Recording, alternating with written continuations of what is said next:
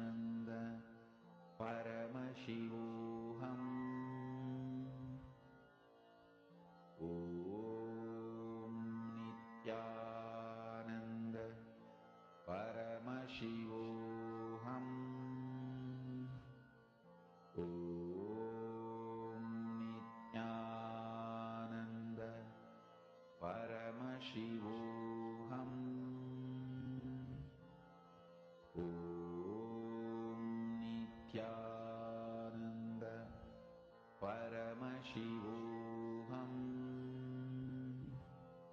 Om Nityananda Paramashivoham.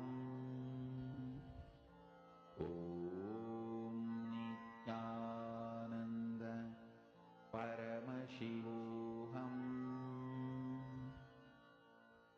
Om Nityananda Paramashivoham. Om Nityananda Paramashivoham.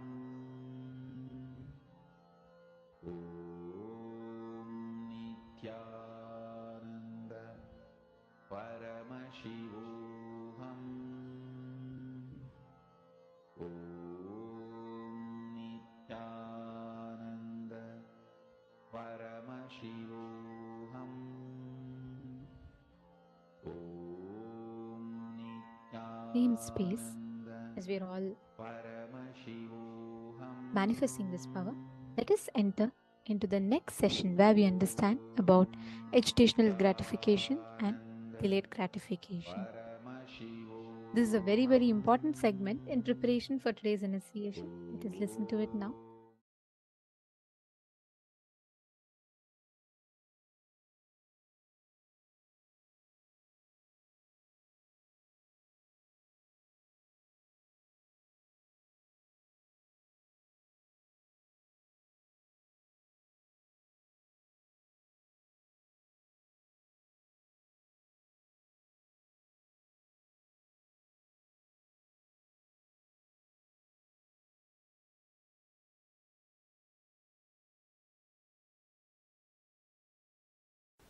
The Isavasya Upanishads, 11th verse.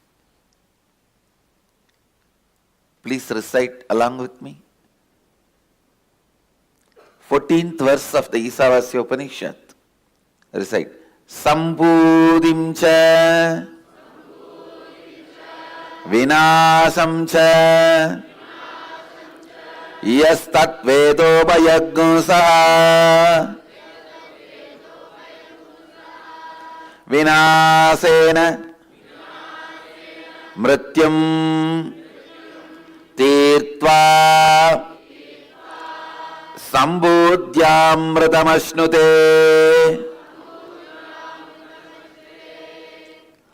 Understand,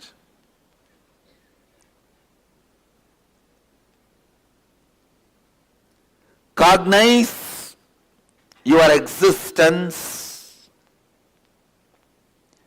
cognize the existence of the life, universe, God, everything with a larger vision. Listen, why you do what you do, why you think the way you think, should be based on larger vision of life, not just a immediate agitation gratification. Please understand, all your so-called luxury, the sensory pleasures, are agitation gratification. Please understand.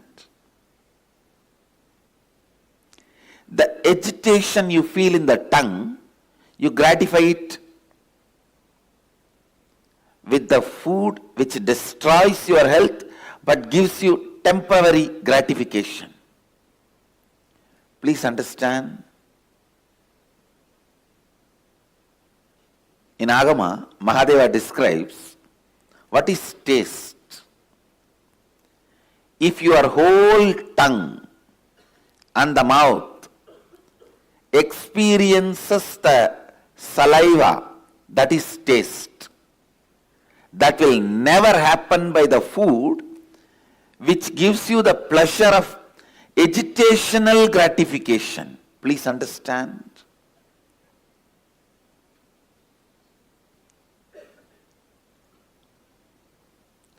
high spicy. Understand?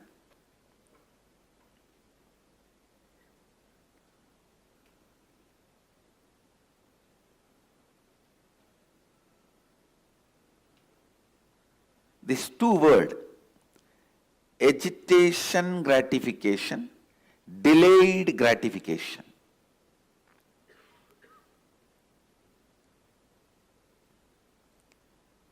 When you think you are going to exist only this 20-25 years which is in front of your eyes, you will always opt for only agitational gratification things.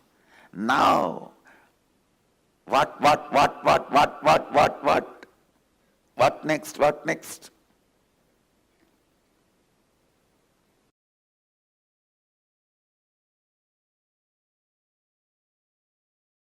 See, I'll give you the science of parasite. Whenever you go through the intense flood of hormones and chemicals, for example, hunger, or feeling very horny, lusty, or feeling frightened, terrorized,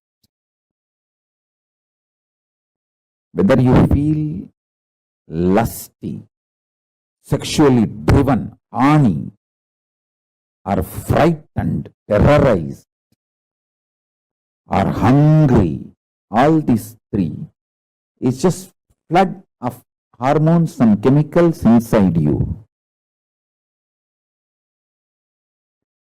Whenever the hormones and chemicals are flooded inside you, the womb, mother component for the parasites to be born is created. The egg, garbha, for the parasites to be born is created. The good news is you can live without letting the parasites happen in you. But if you decide to dump food the moment you feel hungry, your action is the male component, sperm inserted into that egg. Your actions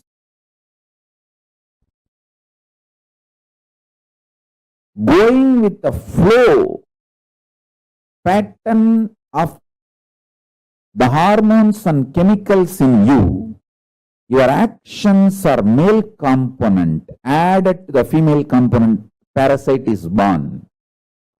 Your actions are the male component required for the parasite to be born in you. The chemicals and hormones make the womb, egg, female component for parasites. Your deluded actions,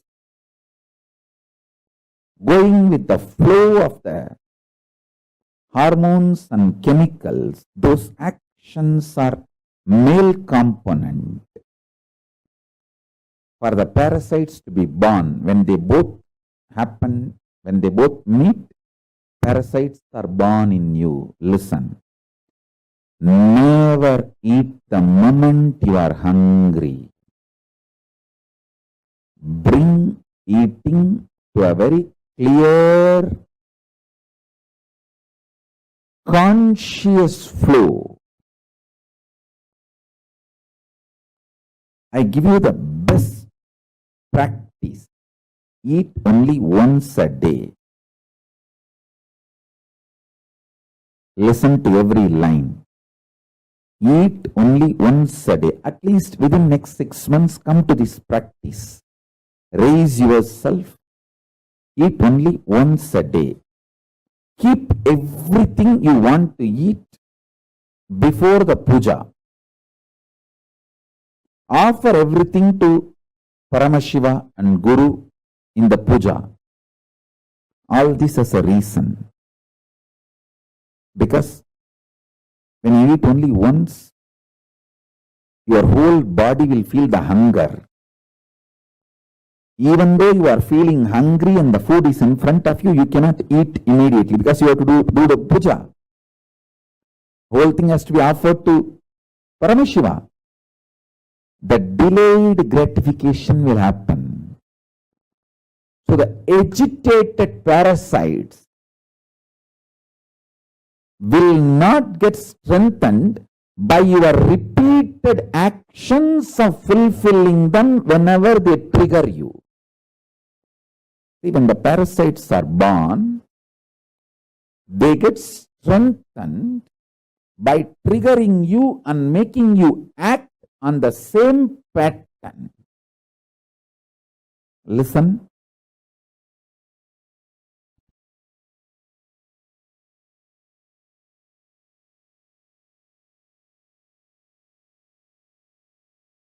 Only once in 24 hours you are going to eat means the whole body will be hungry.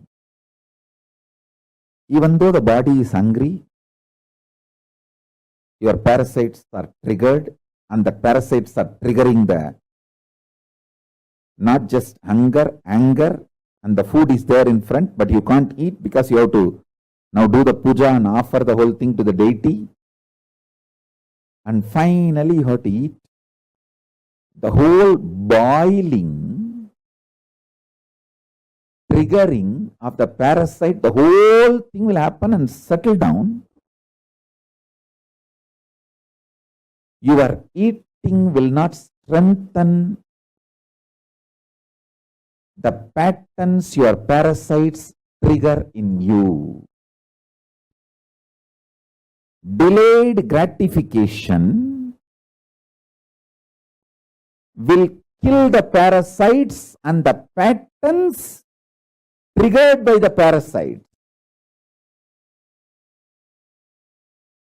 A person who does delayed gratification lives healthy, long.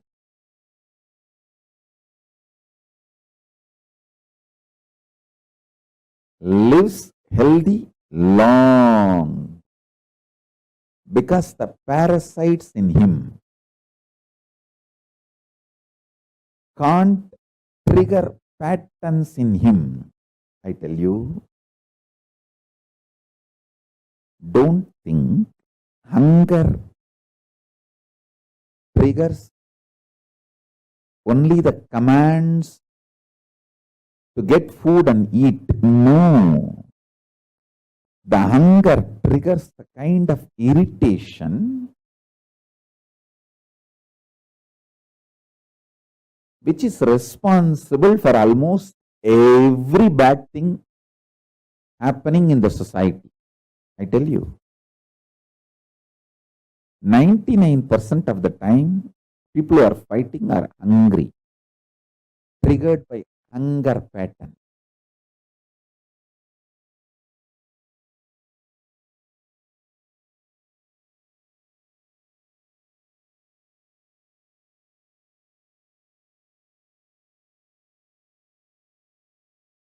Annadana is the best strategy.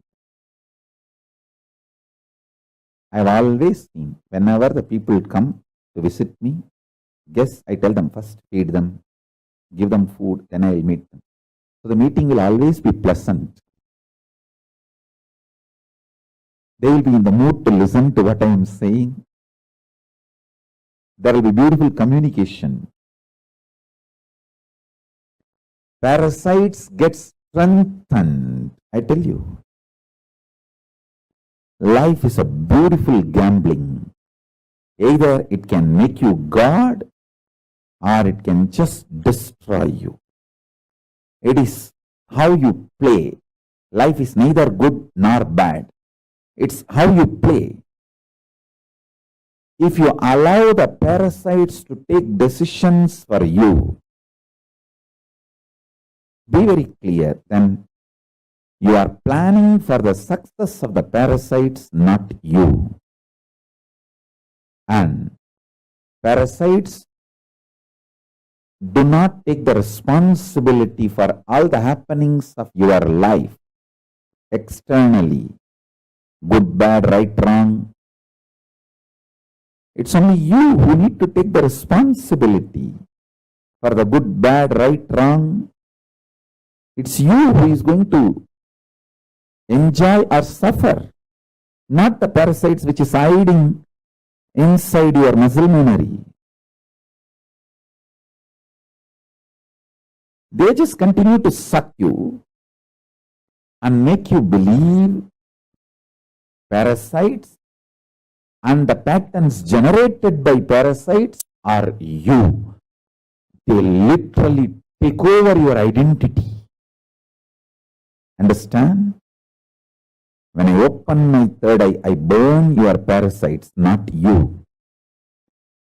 But you always say, oh, Swamiji is so ferocious. Hey, I am ferocious on your parasite, not on you.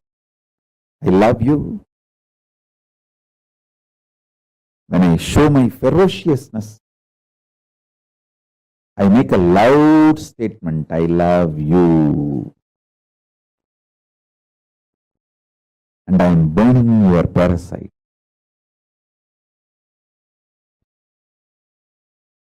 If you try to burn it on your own, you may take births and births.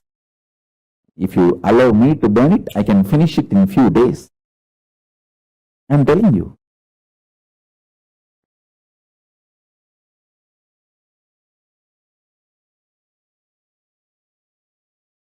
Make these simple things, make one meal a day as a life. That also keep everything ready. The smell, hot food, fresh food. And naturally, all the patterns, parasites, everything will be triggered inside you. You'll be already hungry and the smell of the food, but you can't eat because you have to do the puja now. Once you keep everything ready. The delayed gratification. So after the puja, if you eat, you will eat exactly what you need, how much you need. The whole process of eating will not tire you, it will empower you. I tell you, the most healthiest people who lived for a long time healthily, I have seen in my life, all of them, 100%, whether my grandmother or Kanchi Paramacharya. My grandmother lived 103. Another one grandmother lived 106. My grandfather lived more than 90. And Kanchi Paramacharya lived 100 years. Just, I think, few months less than 100 years. All of them whom I have seen who lived long, all of them had one lifestyle. Less food or no food. Very less eating. They built the body systematically from the young age itself to live with minimum food, minimum quantity of food. Their food was very subtle, like breathing or liquid. Paramacharya will fast for days continuously. In my family, everyone lived quite a long time. Other than my father, everyone lived such long number of years. Because all of them had this habit of fasting for Paramashiva.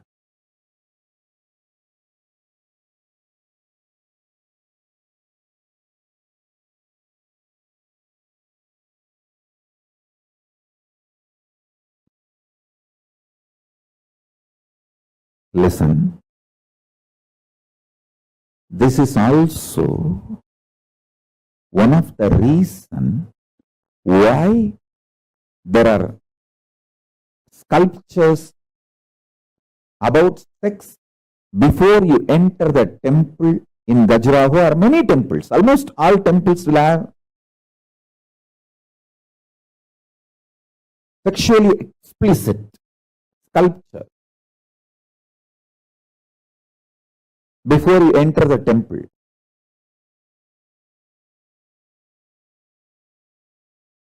It's like delayed gratification. You have come to the temple. There are multiple reasons. One, that is the way the proper right sex education was preserved and presented to generations in Hindu tradition. And second, you are sexually triggered, but you can't act out. Now you have to go to the temple inside and do puja.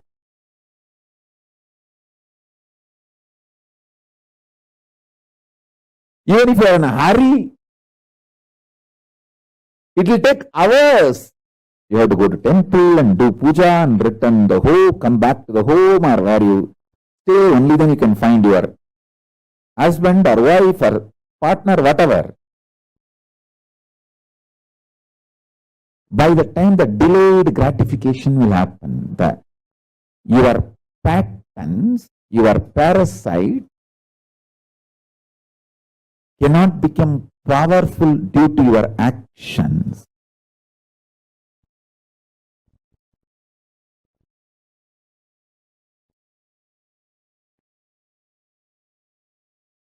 If you listen to my instruction and practice only one meal a day, that also all the food you are supposed to eat, you will keep it ready and start the puja. By the time you start the puja, literally all your parasites will be triggered, microbes will be triggered. They will all be passing commands inside you. Hey, do this, do. And everything will be triggered. But you are silently supposed to sit and do puja. Bhadyam samarpayami. By the time you finish the puja and start eating, all that patterns will settle down and beautifully the delayed gratification will happen. Your eating will not strengthen your parasites, microbes and the patterns triggered by them. If you understand this, you will also understand why the sexually explicit sculptures outside the temple. Because when you see them, you will be triggered, but you can't act now. You have to go inside the temple and do puja. So the parasite and the patterns triggered by parasites will just melt down. Your action will not strengthen the parasites and the patterns triggered by the parasite. This will empower you. This will empower you.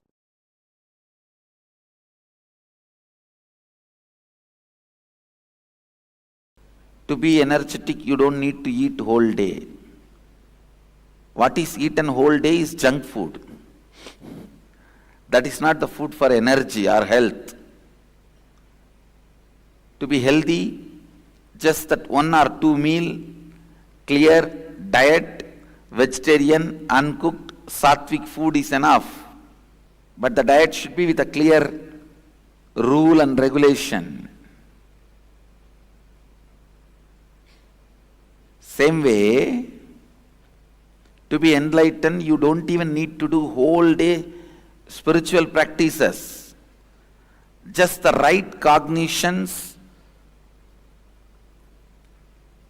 awaken the right cognitions inside and install them, invoke them.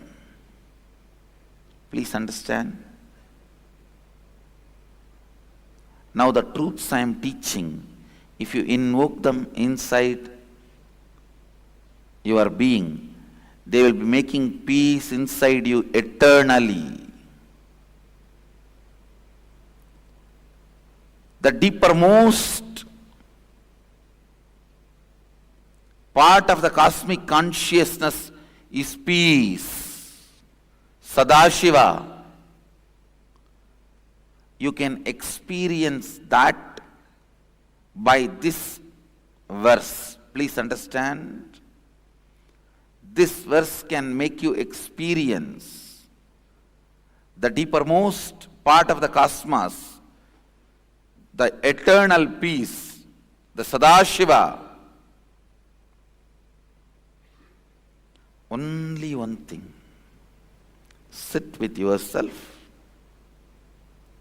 Cognize what all is perishable, inauthentic ambitions in you, what all imperishable, authentic, conscious manifestation in you. Don't be afraid. You may suddenly find there is nothing authentic in you. Everything is just perishable, inauthentic. Don't be afraid of that. Everything being inauthentic is not something wrong, but you living it without recognizing it is something wrong. So even if you recognize, everything you know inside you is inauthentic.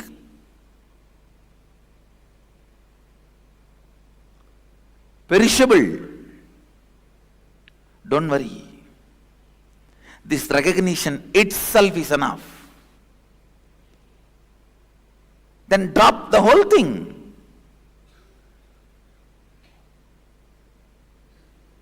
Drop everything you discovered as perishable.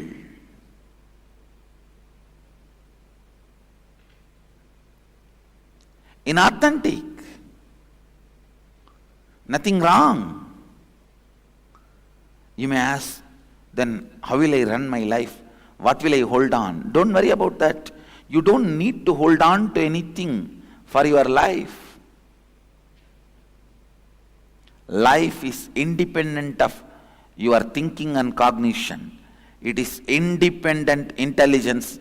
It will start expressing when you drop all the inauthentic cognitions. When you drop all the inauthentic cognitions,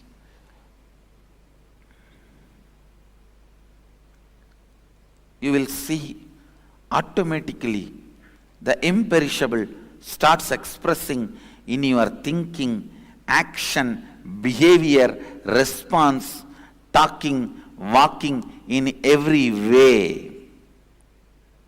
Expression of Sadashiva starts happening. Actually,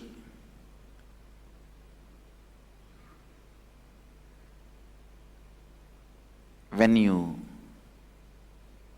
recognize all the inauthentic components of you, when you cognize all the inauthentic components of you, they will melt down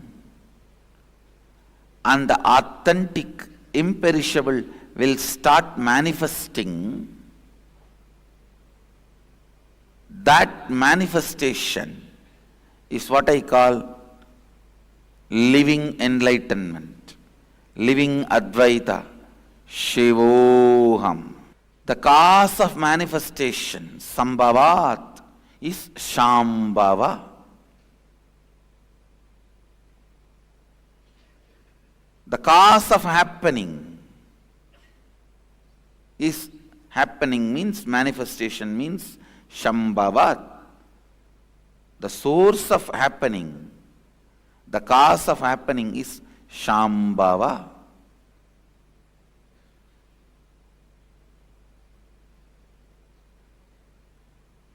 Here, the source of happening is Master. The source of happening is being reproduced in every one of you with all its multiple powers and multiple experiences in every possible way. Sambhudim cha vinasham cha yastat vedo bhayagum saha Vinashena mrityum tirtva sambhutyat mritamashnute. One who cognizes the pure essence of these both, the imperishable consciousness, the cause of manifestation, and the destructible, the perishable, manifested entities simultaneously, such a person completes with the fear of death and transcends death by worshipping or by knowledge of the imperishable entities, and reaches the imperishable consciousness and celebrates the nectar of immortality and bliss, the eternal space of oneness.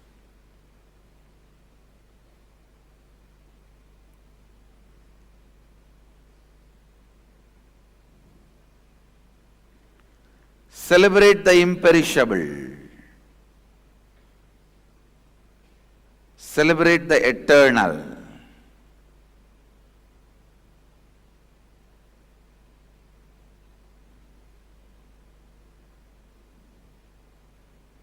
Cognize what is imperishable and what is perishable, what is destructible, what is indestructible.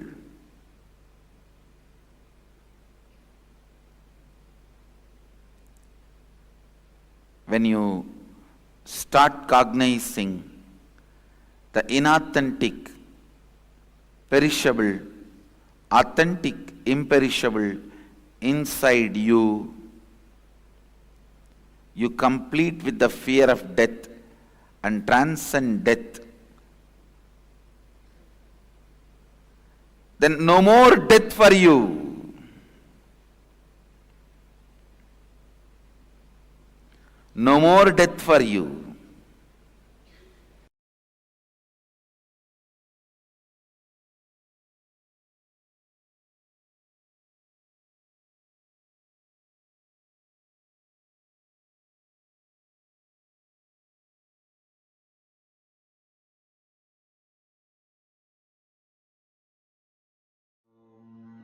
Nityananda Paramashivoham.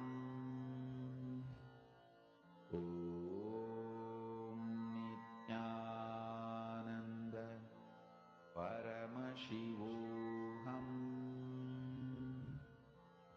Om Nityananda Paramashivoham. There is no death for you when you cognize your existence with delayed gratification. Swamiji so beautifully explained, revealed to all of us about delayed gratification.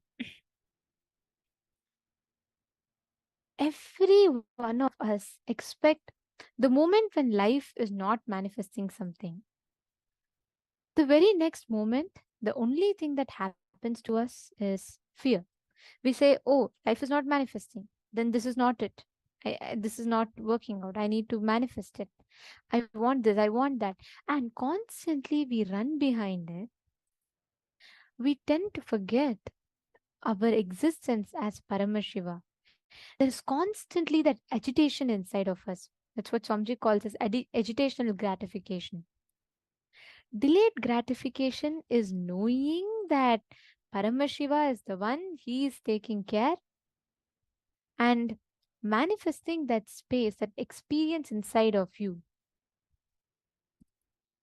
But instead, we all run behind agitational gratification. The moment you feel like something you expect is not happening, that's what we give up. We say, oh God, no, this is not happening. I want it now. I want it now. Actually, Swamiji revealed a very important truth. Swamiji had said, agitational gratification is the reason for global warming. You would have never heard it, but it's such a powerful truth. Swamiji said, agitational gratification is the reason we all believe this is just the one life I'm going to live. So, what do? We try our best to grab everything as much as possible, whether it is wealth, whether it is, exploiting the planet. That is that delayed educational gratification and not having delayed gratification is the reason that our planet Earth is losing so many important things. Educational gratification is the reason. Just having delayed gratification in life will change the very course of your life completely. What are you functioning on? What drives you? Are you driven by educational gratification or are you driven by delayed gratification? Can I request all of you here to type out what you understand as educational gratification and what you understand as delayed gratification? Can I request all of you to type it out? What is educational gratification and what is delayed gratification? Come on. I request all the participants to please type out.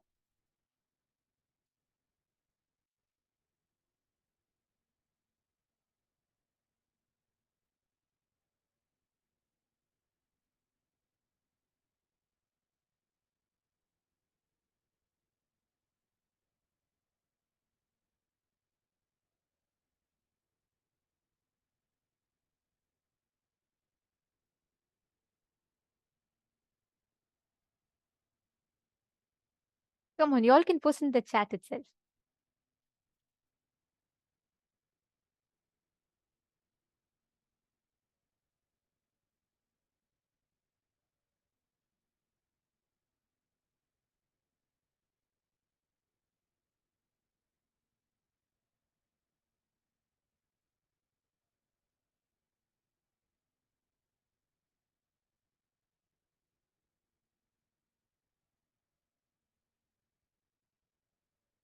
Okay, I see each of you posting.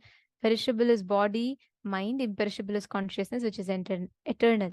Parasites inside us triggered by agitational gratification. Okay, and next, first one is same as instant gratification. Masunya Rao, sleeping through yoga versus doing yoga every day of the program. Delayed. Delayed gratification is doing yoga every day. Okay.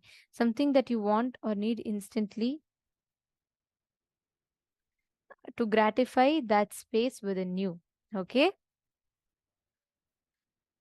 Actually, it reminds me of a very beautiful incident in Gurukul. Swamiji always teaches us everything by making us experientially understand. Like Swamiji does not, it is not just teaching. Swamiji gives it as an experience to us. So even this delayed gratification, one day Swamiji had come to Gurukul and Swamiji had literally like conducted a test for us. Swamiji got a huge bag of chocolates and Swamiji kept it. And then Swamiji said that go take it. Whoever wants can take how much ever they want. So first some kids ran in front, small kids, right? They ran in front and they took a handful. Swamiji was watching. Swamiji was observing the whole thing quietly. And after some time, some more of the kids, they all also went to take, but they paused. Some discussion happened. And one kid out of all, he said, no, no, wait. First, let's split for everyone. Let's make sure everyone gets it. Then let us take. That moment, Swamiji said that the kids, after that, the kids all agreed to it and they all like kept and, they all wanted to split. Then Swamiji beautifully said, I kept a test. I kept an exam of, to see how many kids are really applying delayed gratification in their life. And Swamiji said, I'm so happy that this kid did it and the whole Gurukul passed my test. Swamiji teaches every single thing in experience. I remember that incident so strongly in my head. See, many times we want everything instant. Eating your favorite McDonald's or Domino's pizza or burger because there's an offer will give you instant gratification. Taste will be yummy, but the long term effect of it is dangerous. Eating haritaki every night may not give you instant gratification, but in the long term, it is good for you. For that instant gratification, so many times, if you see these TikTokers, just for that 1 minute, that one view, that gratification, for that, They do some dangerous stunts and tricks and they lose their lives.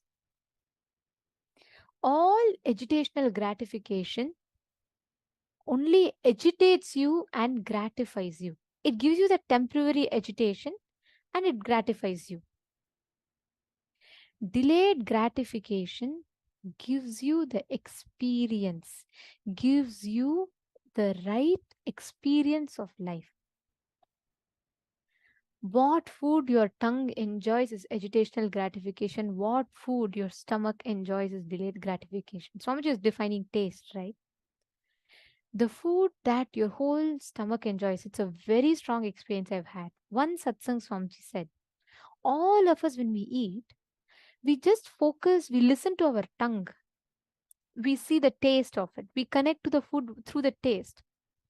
So if something is nice, many times, even if our stomach is full, we just tend to eat more and more and more.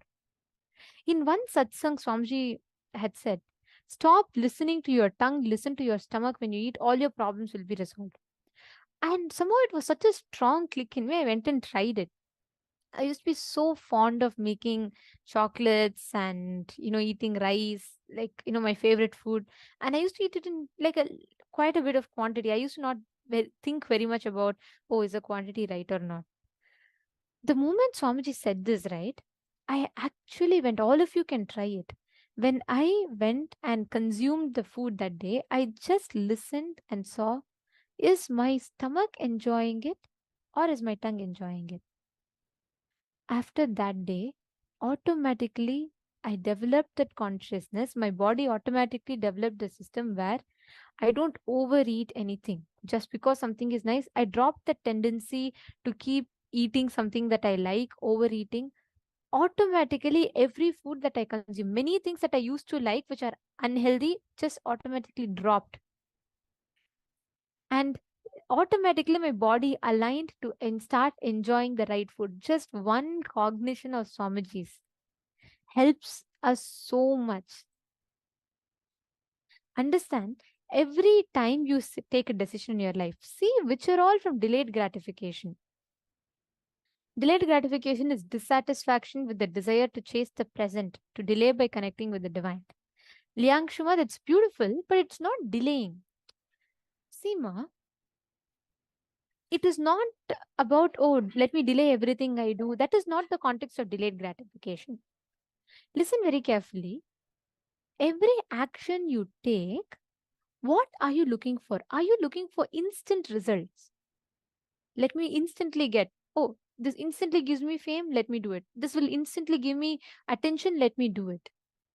But for that instant gratification, that agitational gratification, we run behind a certain things. Like, for example, when you eat your favorite burger, it gives you that instant gratification, correct?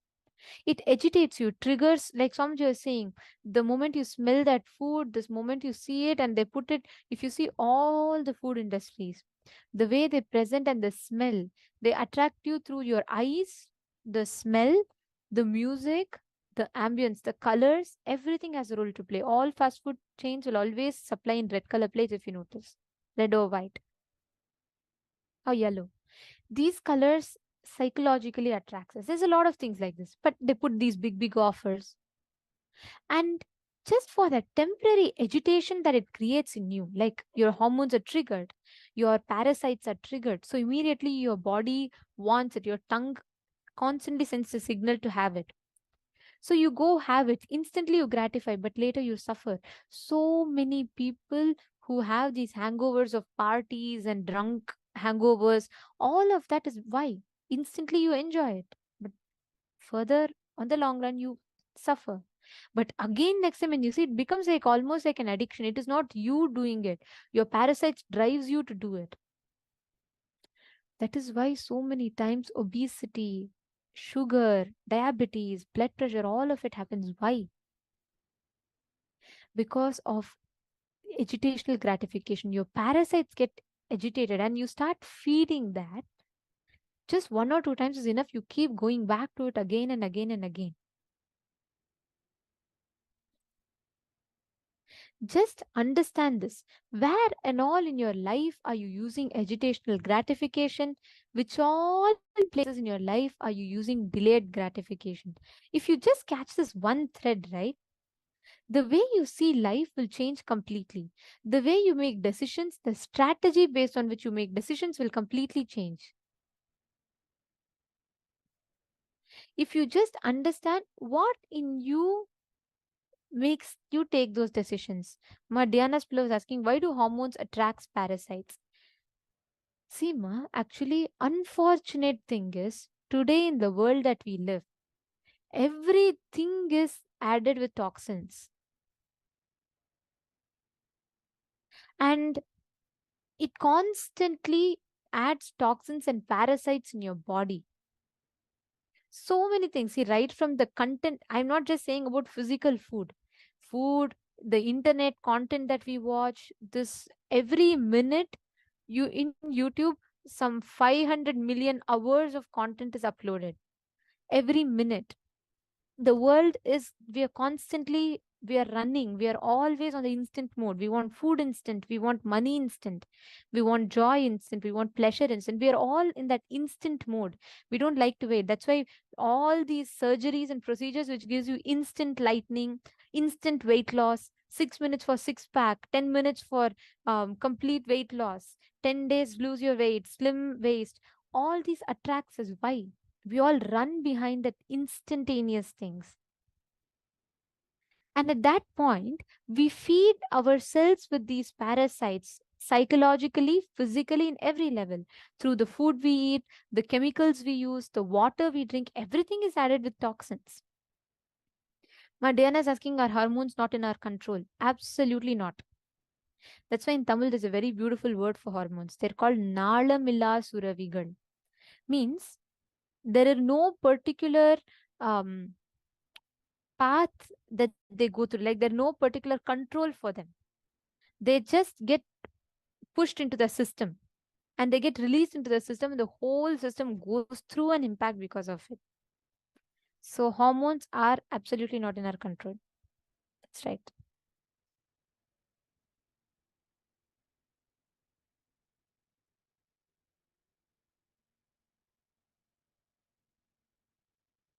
Exactly, that's true, Susan has put lots of subliminal images are there in the advertising media and films. And even if you see, it's a very, it's a very, it's a business thing, but they use the tricks that they use to attract.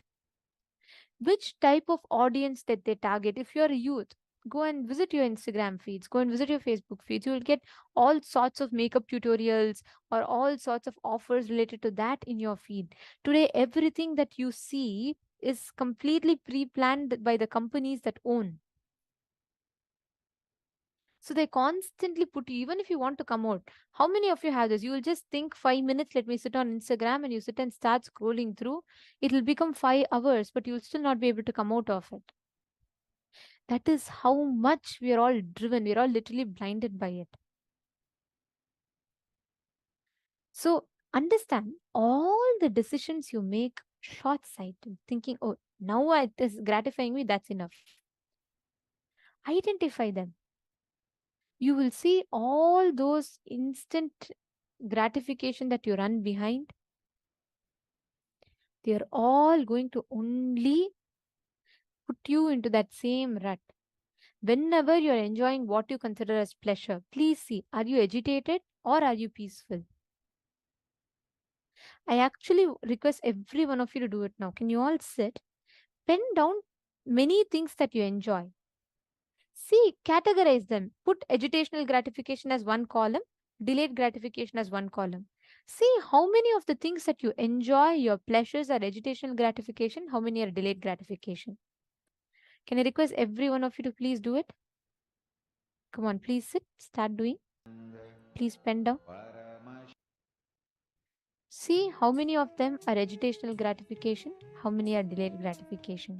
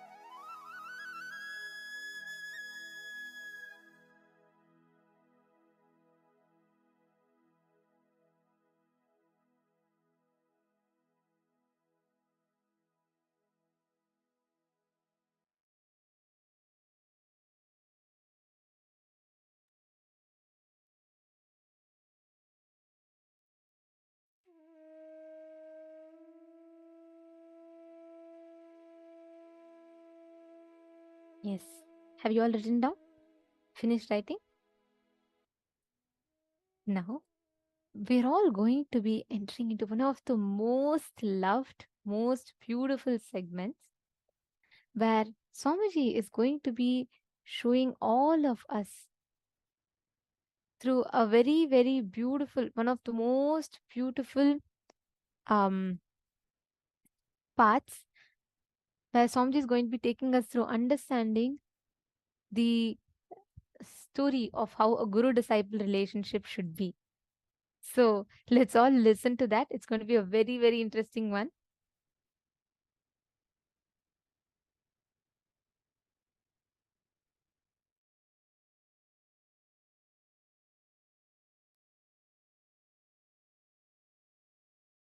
There was a lioness. She was pregnant, about to deliver. But she is hungry. She only has to work and get the food. So she went for hunting. When she jumped to attack a attack a goat from sheep, attack a goat, it became a little too much. Instead of killing the goat, she fell on the ground. The blow was so much, she delivered the baby and died. The cub was born and the mother dead. Lioness died. All the goats ran hither and thither, but suddenly they found that nobody is attacking them and no sound. They turned back and they saw the lioness was dead. And near the lioness there was a small cub, cute cub, trying to look here and there and play around, roll on the mud. And all these guys go there near to see what it is. They say, bah, and they see a small baby, doesn't know what to do. That baby just started jumping and trying to bite some female goat and try to drink milk. And the female goat, really she felt compassionate and she allowed the cub to drink. And the whole sheep, they took the cub with them, and the fellow started growing there. Slowly, he started eating the grass just like any other goat, and started making the same sound. He was growing. Everything was going smooth. He was even about to fall in love with another one female goat and start his new relationship and life. Everything was going well, nothing wrong. Suddenly one day, big storm. One lion saw this whole sheep and one cub running around with the sheep. He was shocked, surprised. But before he could do anything, the whole sheep ran away.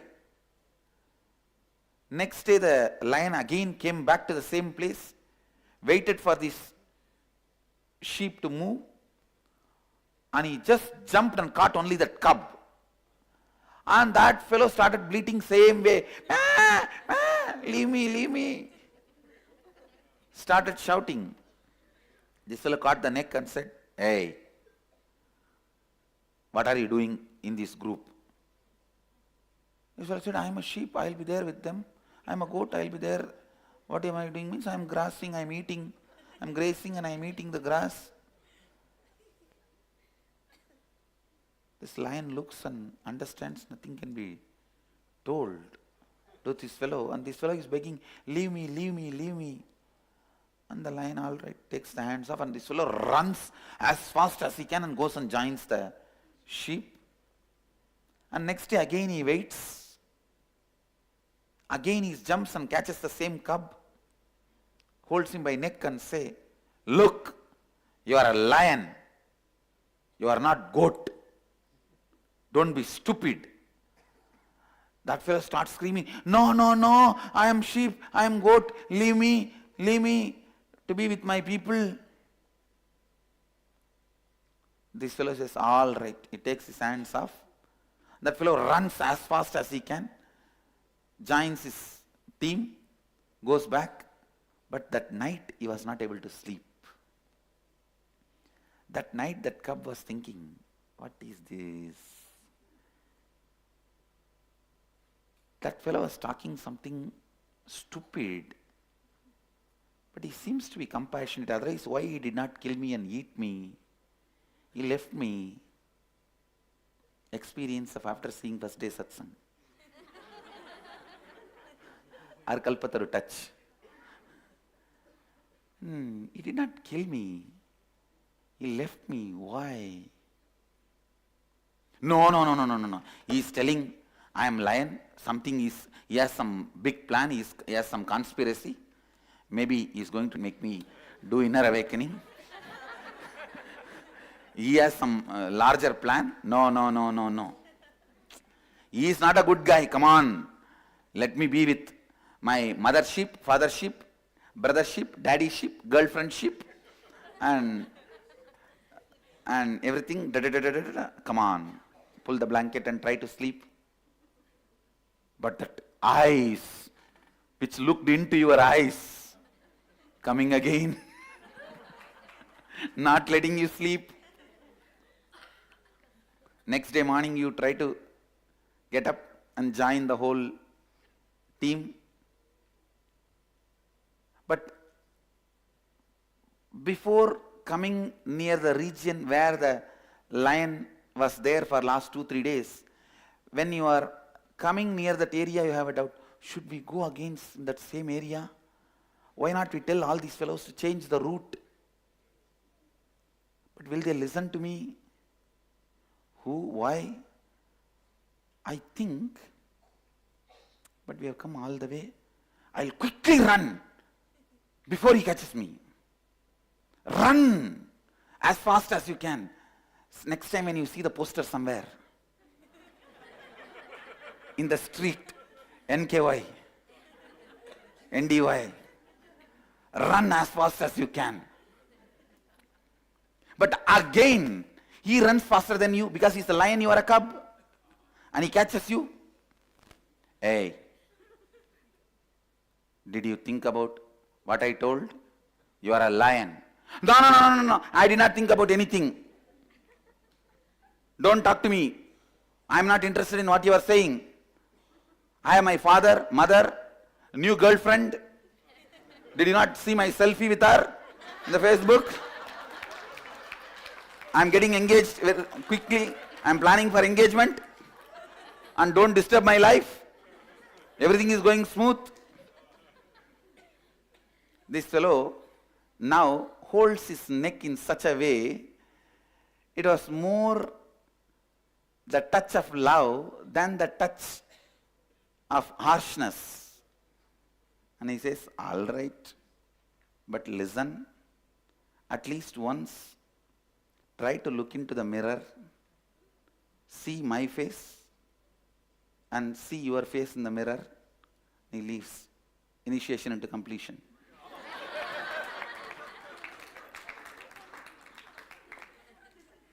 That fellow does not understand what is mirror. He runs along with the team, goes and sleeps. That whole night he is thinking, what is mirror? What is mirror? What he is telling me to do? Why should he every day catch me but not eat me? And why is he letting me go every day? What is mirror? Next day, the same team, same group, same route. He stands from a distance and asks, can you tell what is mirror? Dial the avatar call.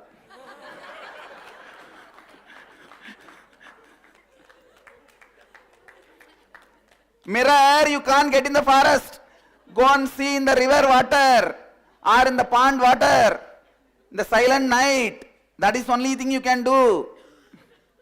Means blessing. I'll make it happen. Any way you want. The fellow from there itself runs. Doesn't want to come near. runs. By now, the touch 2-3 times has made his biomemory believe he's a good guy. Logic says, no, you have a girlfriend, boyfriend, mother, father, so many things, your business, and you are the largest retailer of grass. And come on, what is this? And that fellow looks so arrogant. He's sitting in such big throne and looks with a long hair and a large hair. When he opens the hair, looks terrifying. And forget about it.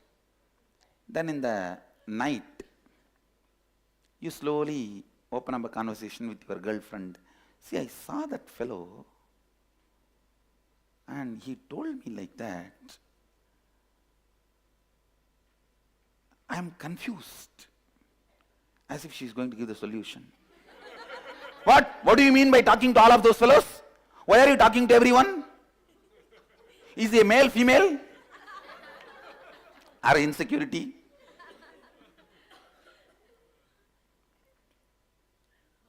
And this fellow understood. He opened the wrong subject with the wrong person.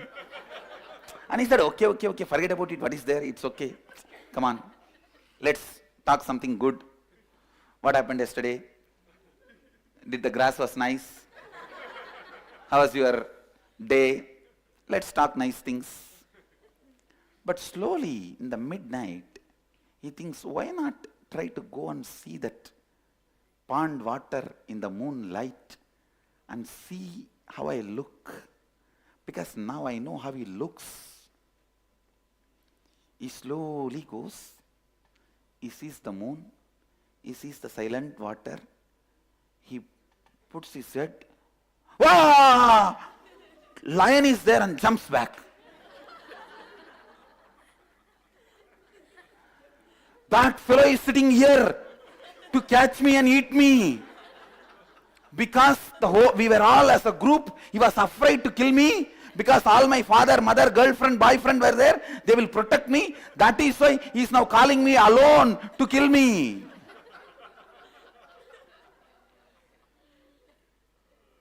Invitation to try the completion technique every night on your own with the mirror. He is calling me alone to finish me off. No. Then he thinks, but there is no sound. How can that fellow be inside? He looks around. He's brilliant. So he looks around for the footprint. If he has come some way only, he would have come. Come on, see the footprint, whether he has come. And he sees no footprint. No footprint. Then that is Atma Murthy. How will I have a footprint? And this fellow, did I get confused? Am I hallucinating? Am I in illusion? After all, I am a young man. If I am so frightened, how will my girlfriend respect me? I think I should have a clarity before getting married. I don't want to get married in this confusion. I think today I should decide this way or that way. That is almost the decision. I think I should flight the ticket for Varanasi. I should book that flight ticket for Varanasi. And this fellow, slowly putting one leg, looking at the moon, looking at the water, once more stretches. This time not screaming, but seems he's the fellow who is inside. And he creates sound. And puts little mud. He throws little sand on the water. And now he sees that form is distorted, disturbed. So if he's inside by now, he should have come out. He's not coming out. Then what it is? He slowly puts the face once more. Doesn't seem to be his inside. Let me check. The mouth is moving. Let me show one hand. Oh, seems to be my reflection only. Maybe this fellow has conspired and did some magic here. It is showing his form as my form.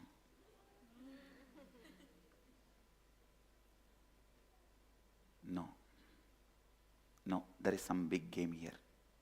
There is some game. No. He comes back. That much is convinced that his form only is reflecting there, but he doesn't know why he is having that guy's form, not his mother's or father's or girlfriend's. So that much he is confused and comes back. What to do?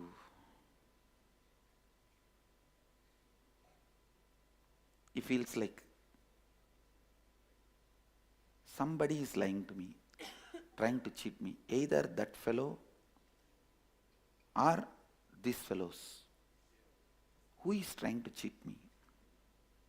Society or Guru? The confusion. These fellows tell in one way, he tells in the other way. He seemed to be nice guy because he doesn't need to leave me so many times. So this time, next day morning, he comes, the same group, same team, same road. From distance, he stands. And that day, lion did not come. And he is standing there and waiting. What is this? Today he has not come. The whole sheep is moving. They are walking as usual. And he is thinking, hey, quickly come, I have to talk to you and go. My team is waiting. That fellow did not come. And he is hiding behind the rock and seeing what's going on here. And he looks this side and that side. And these fellows are walking and he is afraid to be alone here. And either I have to now choose whether I can join them or wait for seeing him. And suddenly he hears the sneezing sound. Ouch! He knows he's standing there behind the rock. Hey, come out! Why are you hiding? That fellow slowly walks out and, what? Did you see in the pond? Yes, I saw. I saw you are trying to play a trick. You have put your farm there in the water. And this fellow says, no, that is not my farm, it is your farm. No, I know you are trying to cheat. He says, no, then go and try to put your feet on him, hand on him. Then you will understand it is your farm. He runs with the team. That day he is trying to check out.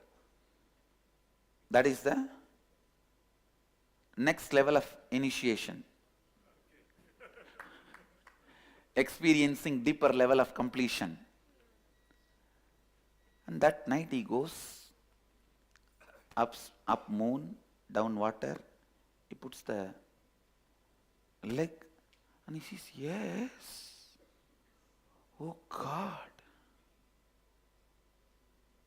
He is not there under. Then, am I? No. I know thoroughly. And by today, girlfriend recognizes that he is not normal, he is not usual. And she's screaming, why are you not picking up my call? Why are you not answering my phone? Why are you not responding to my message? You are not on the Facebook, you are not on the TV, you are not on the mic, you are not on the telephone. What is going on in your life? Are you planning for engagement or not? What do you mean? Drr. And this fellow says, leave me for 2 days. Give me 2 days. I just want to be myself. And I know from the day you saw that fellow from Bangalore, you are doing all these crazy things. And have you not heard about so many scandals about him?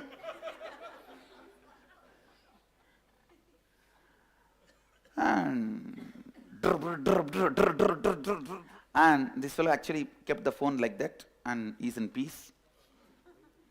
After that, when she sees that there is no response, she disconnected the phone. He drops the phone and he is not able to sit with himself. Today, much before the sheep arrived, he came to that spot and he is waiting.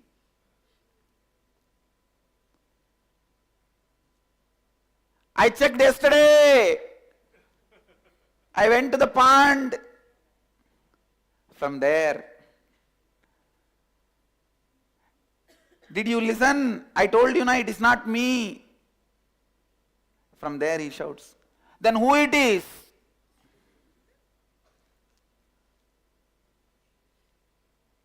Arey, whether you understand or not, it is you. How can that be? By now, this fellow developed little courage. Asking all these questions, he slowly started walking towards where the lion is. But not closer, but where the lion is. And this fellow is sitting, maybe under a banyan tree. And this fellow, from a little distance, ready to run, with that high alert, ears up, legs straight, tail straight. Then who is he? Hey, it is you. How many times I am telling you? It is you. No. From the time I am born, I know I am a sheep. Hey, find your root pattern. First moment when you started feeling you are a sheep. When you started thinking you are a sheep. What is root pattern? Find the moment when you started thinking you are a sheep. And who told you you are a sheep? My uncle told me. Is your being is comfortable and okay with you believing you are a sheep? No, there is always uncomfort. But I don't know why. Maybe because I don't have enough grass stock for me, for my future. And my girlfriend's mouth is little long and she is not that beautiful. If that can be done by plastic surgery and I accumulate enough grass for my whole life, then I will be comfortable and settled.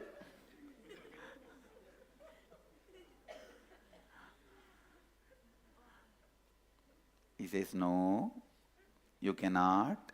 You will not be able to settle with the plastic surgery, all the wealth accumulation. You need to understand who you are. I am confused. For last 3 days, my girlfriend is not talking to me. My business is not going well. I have left all my business and came here to see you. Okay.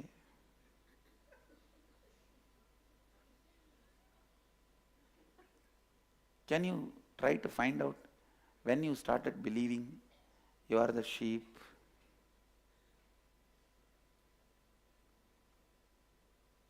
Okay. By the time he feels a little bored and afraid that sheep have gone long distance, he is all alone. The moment he realized he is all alone, he ran. And the lion is just sitting, relaxed. Next day, first time, he comes without his whole team, all alone, little early morning, 4:30, 5 o'clock itself. But again, he maintains his safe distance. I was thinking whole night,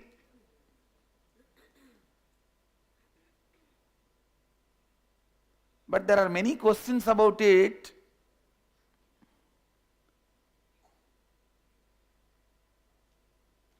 The lion says, all right, come on, ask the questions. Give the mic to him.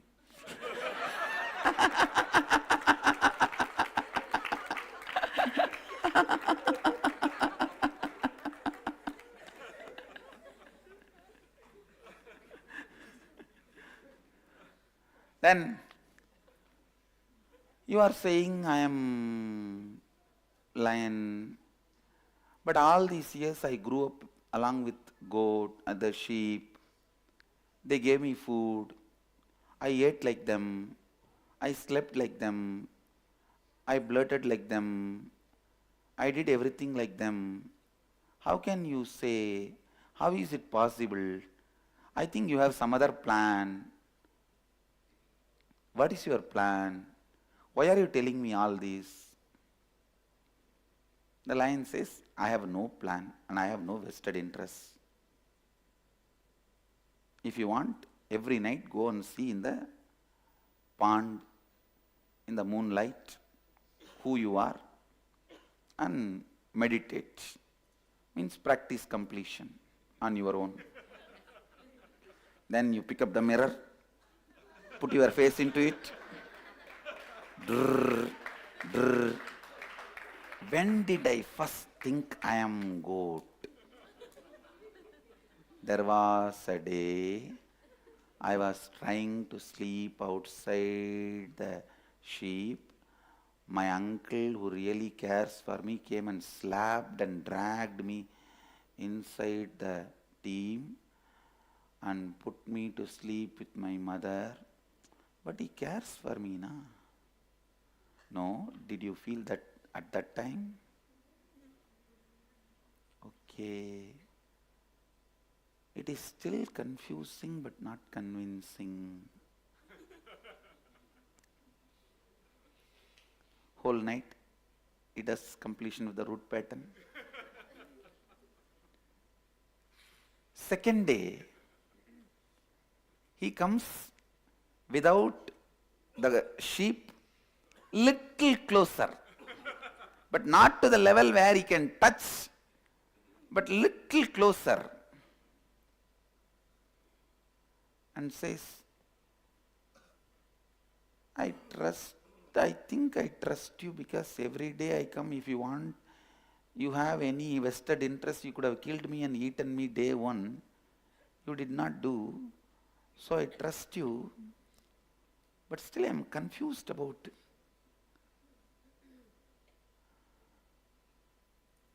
what you are talking.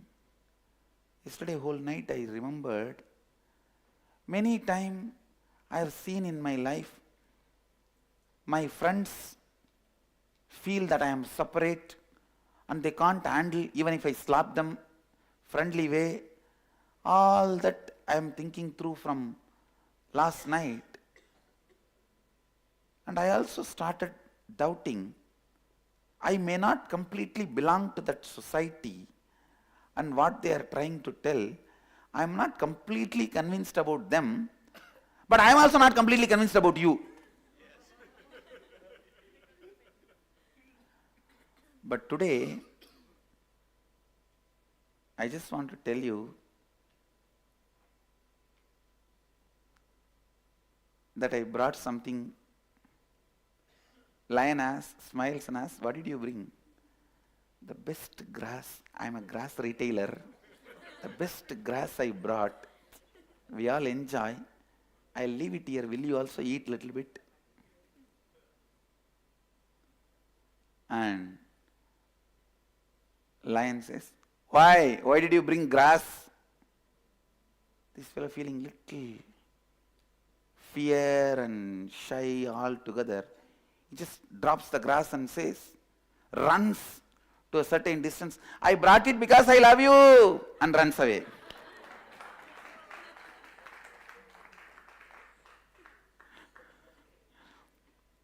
And the next day, when the cub is again back, he sees lion is sitting on that grass. Wow. Then cub asks, did you eat that grass? Was it very nice? And he just picks up one or two grass and the jewelry master is wearing. and all the items he is using given by the devotees. So he feels, wow, then my love is accepted. But this lion has to act as if he is trying to chew the grass and eat it. And the cub asks, was it nice? Shall I bring little more every day? This fellow smiles and says, okay, bring organic.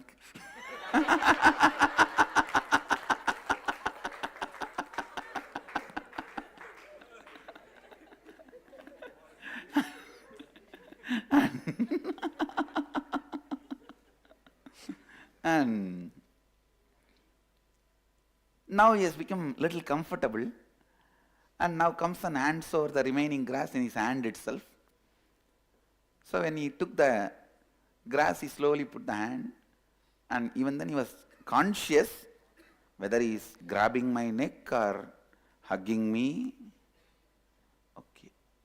And slowly his nervousness settles down and puts his hand around and says, hey, I am telling you, I have no vested interest.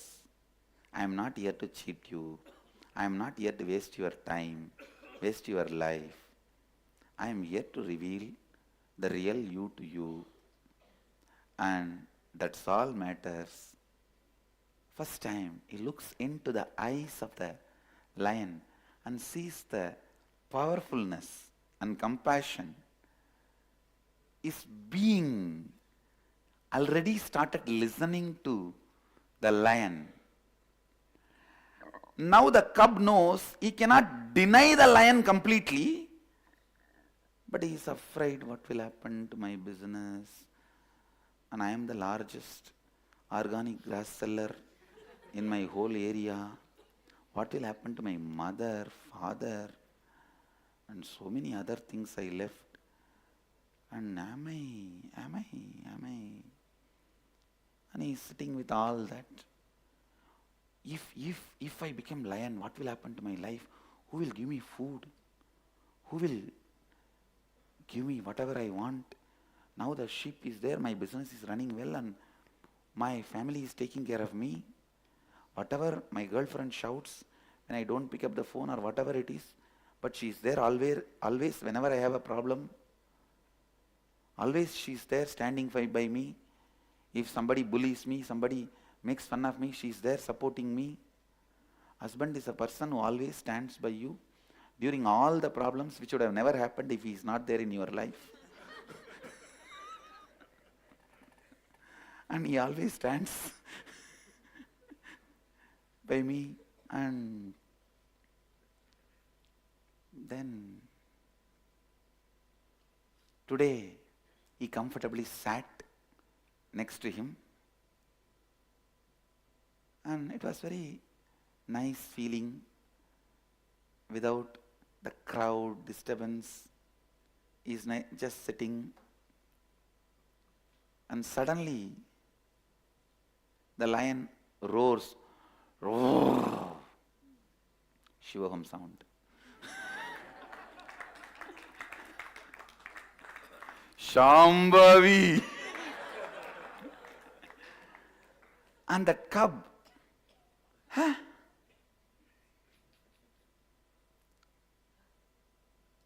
see, your sound is different, my sound is different.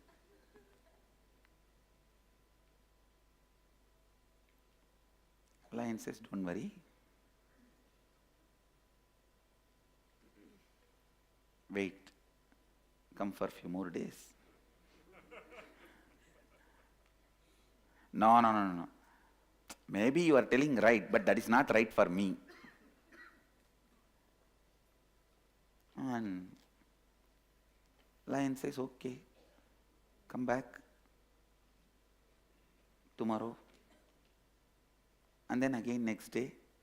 By now this fellow has become very comfortable, started bringing all the best things he can collect, little goat milk in a flask, and best grass, imported grass from the other part of the mountain, other part of the hill, and he brought everything. And by now he started coming secretly because he is afraid of the whole sheep, what they will talk about me. If they know I'm going to this Swami, and he comes and puts all that and touches the feet. What did you bring today? Best goat milk and the imported grass. Okay, leave it there. And today I have something for you to eat. What? This fellow just brings plate full of meat. How can I eat this? I'm a goat. Both of us, let's eat together. Come on, sit. Is he trying to poison me? This fellow picks up little and puts in the mouth. Oh, he's eating from the same plate. Then okay. The same side from where he picked up. Pick up little.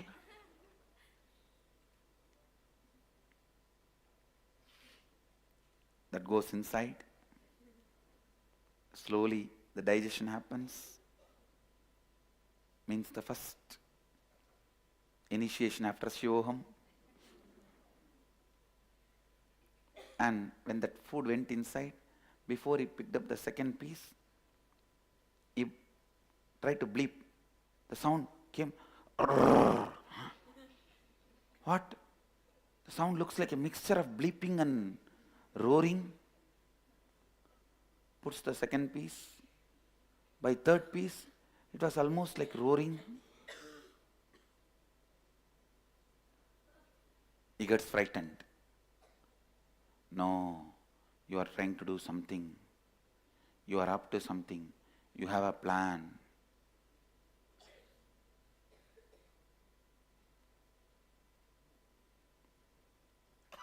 Now, the lion feels responsible. He just catches him by the neck. The cub is not completely frightened that he will be killed, but he feels, hey, why are you catching me so? Leave me. And lion has kept a mirror, and it just puts the mirror. Look who you are. Oh, that is your photograph?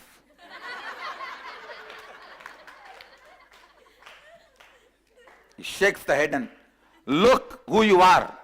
Do you see it is shaking? He says, you are shaking now. See, I am stable.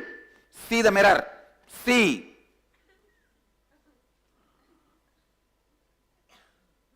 I am only shaking.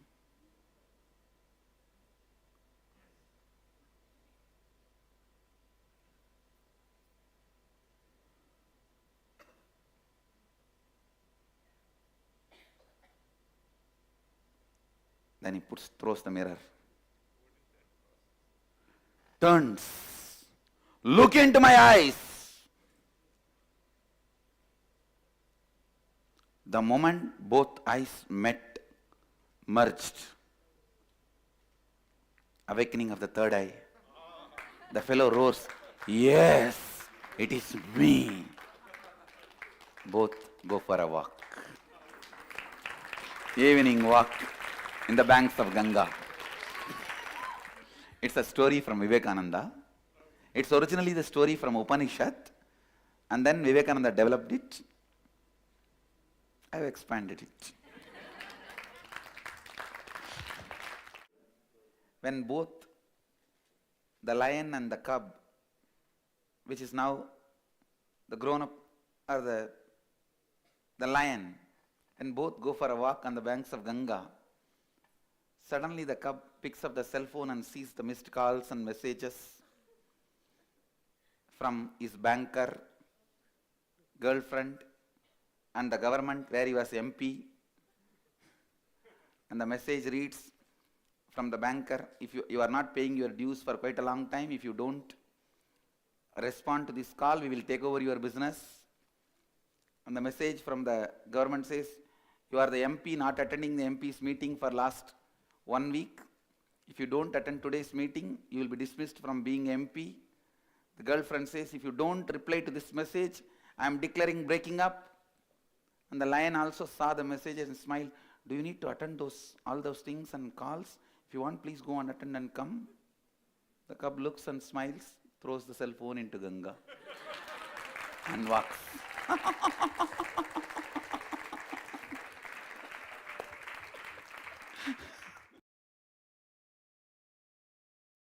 What a joy to listen to this, is it?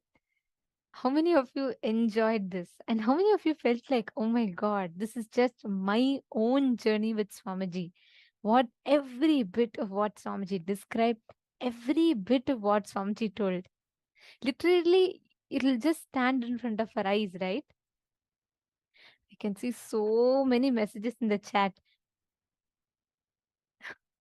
Yes, I know, absolutely. This is one of the most, it never ever gets old. Never ever. Just to listen to this how many ever 100 times, it means it's just too good. Oh my God, I'm seeing so many messages. This is the essence of Advaita. This is the essence of feeling connection. This is the essence of Guru Bhakti. To all of you that are here, today in the darshan, we are going to be receiving this exact same experience. Guru is the greatest happening in our life. In just a few minutes, we're all going to be entering into the darshan, where we will be receiving this ultimate experience, the ultimate space, the ultimate boon and blessings to manifest feeling connection with Paramashiva himself, to manifest his experience with Paramashiva himself, to manifest the state, space, and powers of Paramashiva himself. This is literally the essence, right? When Swamiji says the Guru disciple relationship is all about that feeling connection, Guru Bhakti, the way the lion sacrifices for the cub, the way, just like one of my most favorite scenes is the lion does not even eat a grass. But the cub thinks, look, I got the best grass from my country and let me give it to the lion. And the lion also acts like, come on, I'm taking the grass. And so beautifully, like when you listen to the whole thing, right, you will literally through and through visualize your journey with Swamiji, your individual journey with Swamiji. I can just see a beautiful smile on all of your faces. Absolutely, Ma Hongli Wong agreed. This is all-time favorite story for all of us.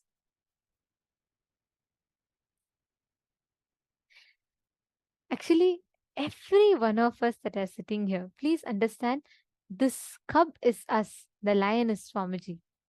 This journey of that cub to becoming, the realizing it is lion, that is Swamiji's journey with all of us to make us realize we are lion. We are him. We are Paramashiva. That is the exact initiation we're all going to be receiving today. Now, let us all get ready to receive the darshan. Today, we're going to be receiving the darshan of Chandesha Anugraha Murthy, Pashupata Anugraha Murthy, Kiratha Murthy, Chakradana Swarupa Murthy forms of Paramashiva. Now, we will be chanting the Dhyana Shloka. Please sit straight. Chaturbhujam Trinetram Cha Magram Parashudharinam Danurбhana Samayuktam Umaya Sahitam Tatha Sarvabharanam Samyuktam Divyabharana Samavritam Patram Dhadham Vamakarne Dakshine Kundalanvitam Upayeta Samayuktam Samrabhrangayutam Shivam Jatamakutasamyuktam Vilasadrimangagam Evam Tripura Samharam. The next is Chandesha Anugraha Murthy. Chandesham Pitavarnam Yugakarasahitam Dakshahaste Chatankam Vame Krishnam Dadhanam Varasahitam Parvati Vamabhagam Chandesham Syotamange Pratinihitakaram Dakshabhage Trinetram Sarvalankara Yuktam Shashikaladharam Gangaya Yuktamide. देवस्य दक्षिणं भागे तु चण्डेशं तु प्रकल्पयेत् देवस्य बाहुमत्रेण चण्डेशायाम उच्यते न्यस्तव्योमप्रसादेन चण्डेशो भक्तिसंयुतः चण्डेश्वरं स्वर्णयर्णं बालभूषणभूषितं देवं शिरसि चण्डस्य लीलया परिशोभितं चण्डेशानुग्रहं प्रोक्तम्. The next is Kiratamurti form of Paramashiva. चतुर्भुजं त्रिनेत्रं च जटामकुटसंयुतं सर्वाभरणसंयुक्तं दिव्याभरसमावृतं धनुर्बाणयुतं रक्तं कृष्णापरशुधारिणम् उपवीतसमायुक्तं समभागं तनुर्कुरु वामे गौरीसमायुक्तं दक्षिणे स्वर्जुनस्थितः अर्जुनस्वरूपम् एकवक्त्रं द्विनयनं जटामकुटसंयुक्तं सर्वाभरणसंयुक्तं कृताञ्जलिपुटं स्थितम् एवं कैराथमाख्यातम्. The next is Chakradana Swarupamurti form of Paramashiva.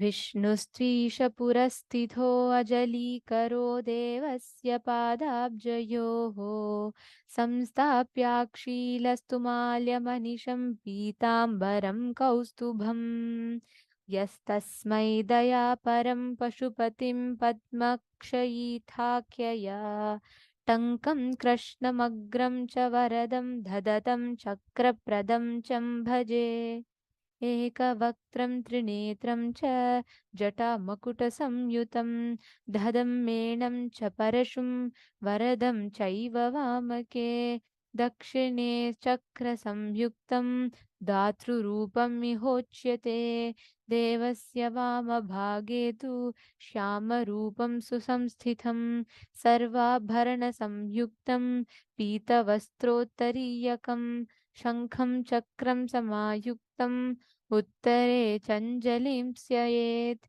एवं लक्षणसंयुक्तं विष्णुरूपमिहोच्यते. With these beautiful forms of Paramashiva, today Swamiji is going to be gracing us with the ultimate manifestation to grant us all the boons and blessings and give us ultimately the feeling connection with Paramashiva himself. Now, let us all get ready to experience Paramashiva in his Nijavatara as our beloved Swamiji, manifesting in all the darshans. Today, due to the intense samadhi of the Supreme Pontiff of Hinduism, Swamiji is intensely available to all of us in the state of Nirvikalpa Samadhi. And as Swamiji intensely manifests, we all will be having the alive darshan of these most auspicious forms of Paramashiva. Let us all get ready to behold these beautiful forms through this darshan.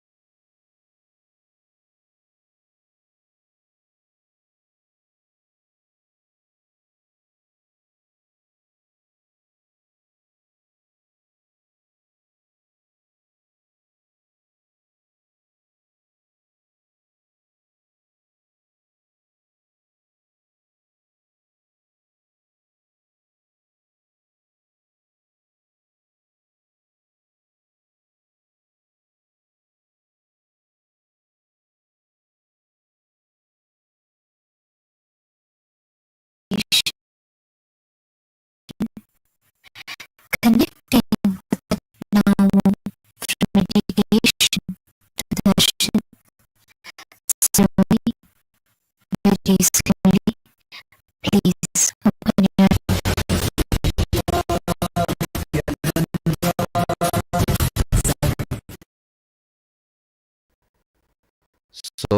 Sohamasmi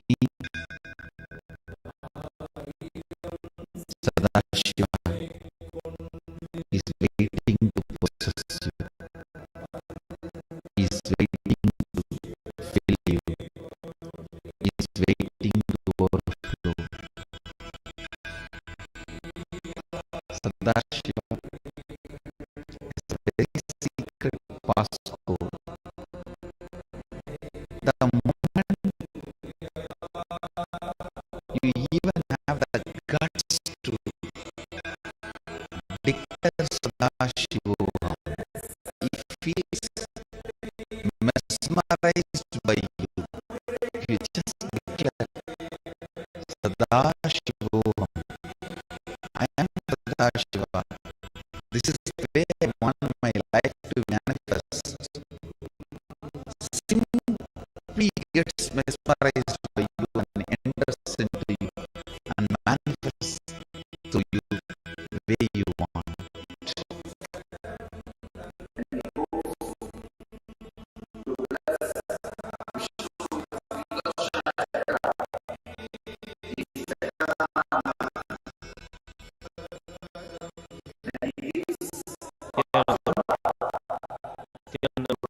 Garden of Lagu Puja.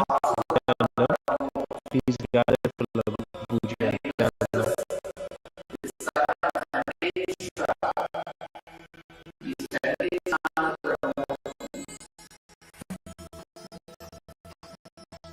Nothing should stop you.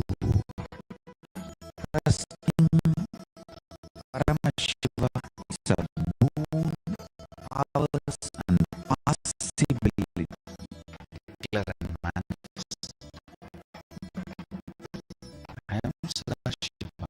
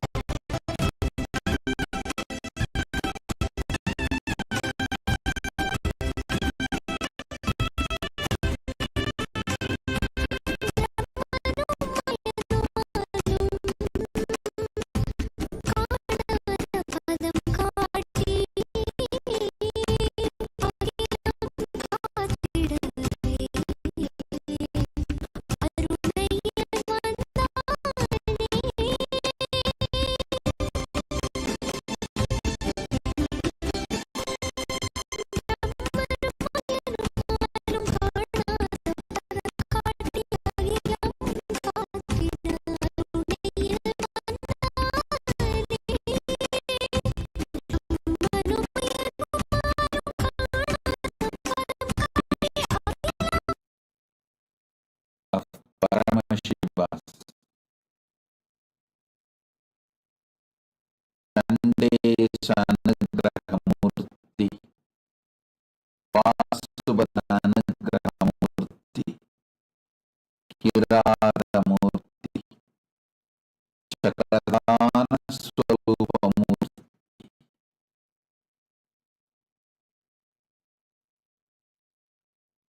Bless you all,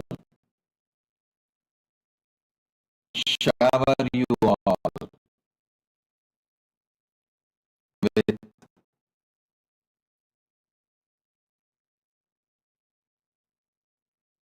powerful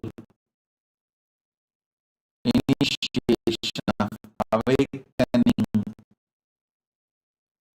your Kundalini to the cosmic Kundalini.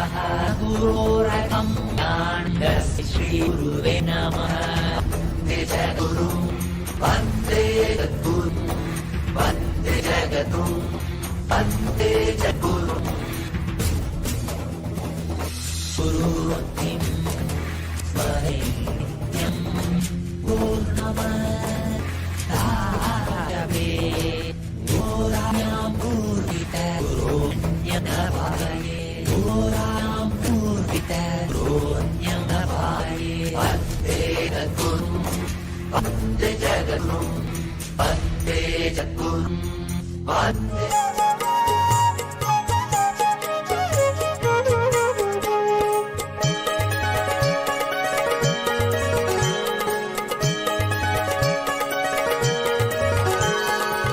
பாடுவோமே பேரானந்தமுடனே பாடுவோமே பேரானந்தமுடனே Sadhguru பாதமல சுடுவோமே Sadhguru பாதமல சுடுவோமே பாடி பாடி கொண்டாடுவோமே குருநாதா குருநாதா என்று பாடிடுவோம் நித்யானந்தா நித்யானந்தா என்று பாடிடுவோம் பாடுவோமே பேரானந்தமுடனே பாடுவோமே பேரானந்தமுடனே சத்குரு பாதமல சுடுவோமே சத்குரு பாதமல சுடுவோமே பாடி பாடி கொண்டாடுவோமே குருநாதா குருநாதா என்று பாடிடுவோம் நித்யானந்தா நித்யானந்தா என்று பாடிடுவோம் குருநாதா குருநாதா என்று பாடிடுவோம் நித்யானந்தா நித்யானந்தா என்று பாடிடுவோம் குருநாதா குருநாதா என்று பாடிடுவோம் நித்யானந்தா நித்யானந்தா என்று பாடிடுவோம் குருநாதா குருநாதா என்று பாடிடுவோம் நித்யானந்தா நித்யானந்தா என்று பாடிடுவோம் நித்யானந்தா நித்யானந்த தேவா நித்யானந்தா நித்யானந்த தேவா நித்யானந்தா நித்யானந்த தேவா நித்யானந்தா நித்யானந்த தேவா நித்யானந்தா நித்யானந்த தேவா நித்யானந்தா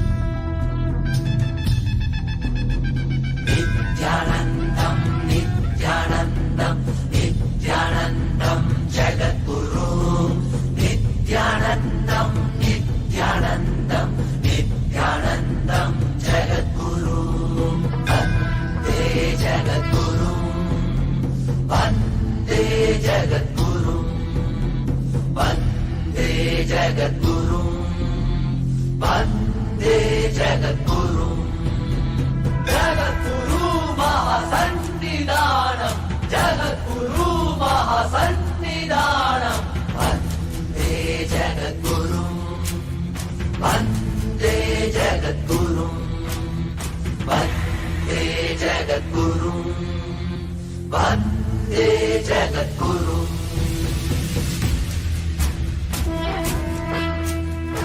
गुरुर्ब्रह्मा गुरुर्विष्णु गुरुर्देवो महेश्वरः गुरुः साक्षात् परं ब्रह्म तस्मै श्रीगुरुवे नमः वन्दे जगद्गुरु वन्दे जगद्गुरु वन्दे जगद्गुरु वन्दे जगद्गुरु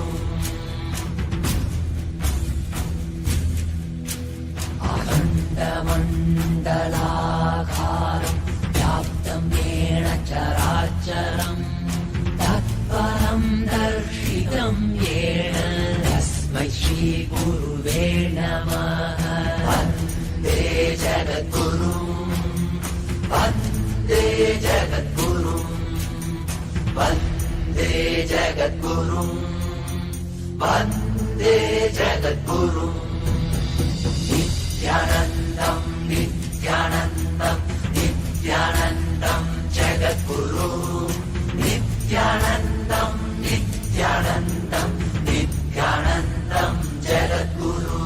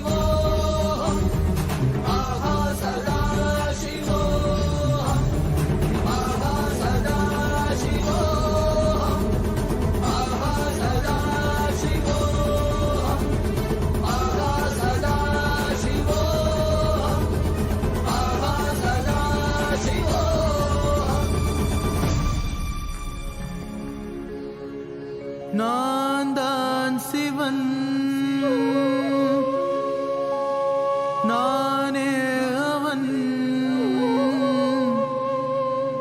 உன்னில் உறையும் மகாசதா சிவன்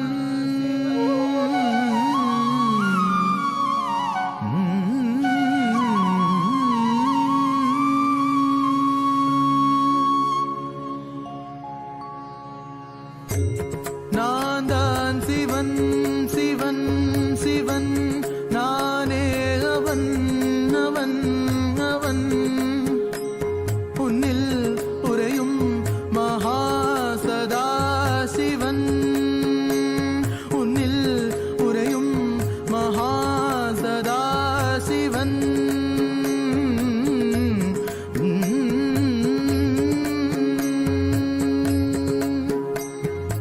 உன்னத பிறவி நோக்கும் நீனானாவது உன்னத பிறவி நோக்கும் நீனானாவது உனக்கு என்னை தெளிவாக்குவது காருண்யம் எனது உன்னத பிறவி நோக்கும் நீனானாவது உனக்கு என்னை தெளிவாக்குவது காருண்யம் எனது உண்மையை புரிந்து கொள்வாய் மட நெஞ்சே உன்னை நீ புரிந்து கொள்வாய்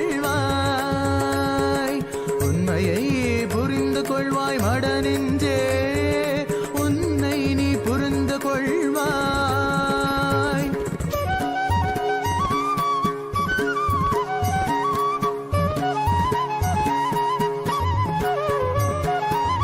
என் கண்களை நீ பார்த்தது போதுதான் உனக்கென காத்திருந்தேன் என் கண்களை நீ பார்த்தது போதுதான் உனக்கென காத்திருந்தேன் நான் கால காலமாய் காத்திருந்தேன்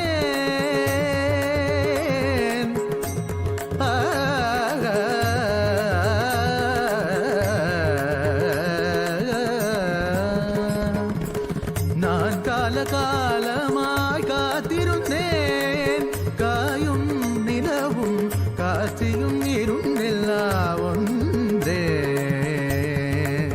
ஒன்றே நீயும் நானும் இருவிரல்லா ஒன்றே ஒன்றே ஒன்றே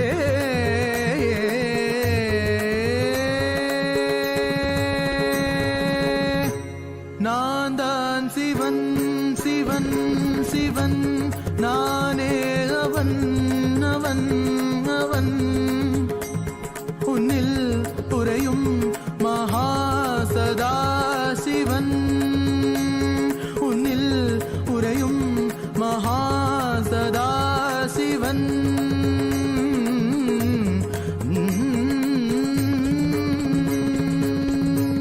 நீதா சிவன் சிவன் சிவன் நீதாவன் அவன் அவன் சதா சிவனே நித்யானந்தனா அவதரித்த நித்யானந்தனே போற்றி சதா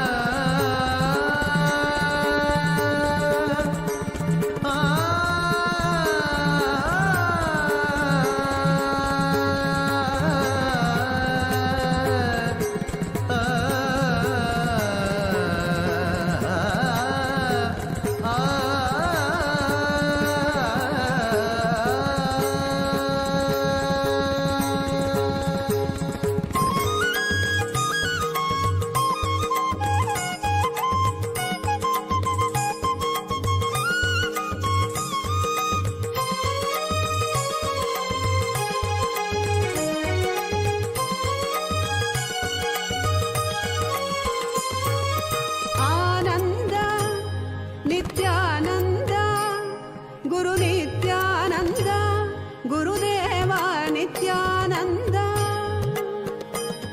ಗುರುದೇವ ನಿತ್ಯಾನಂದ ಗುರುದೇವ ನಿತ್ಯಾನಂದ ಸುರನರ ಮುನಿವರ ಗಣನಮಿತ ಶಂಕರ ಶುಭವರ ಶುಭಕರ ದಿಗಂಬರ ಭವಹರ ಜಡ ಮಕುಟಧರ ಪರಮ ಪದ ಗುರುವರ ಹರ ಹರ ಹರ ಹರ ಹರ ಹರ ಹರ ಶಿವ ಶಂಕರ ವಿಭೂತಿ ಸುಂದರ ತ್ರಿಶೂಲಧರ ತಕ ಧಿಮಿತ ಝಣುತ ಧಿಮಿತ ನಟನ ಪ್ರಿಯ ಗುಣ ಸದನ ಶರಣ ಪವನ ಶರಣ ನಿತ್ಯಾನಂದ ಸದಾ ಶಿವ ನಿತ್ಯಾನಂದ ನಿತ್ಯಾನಂದ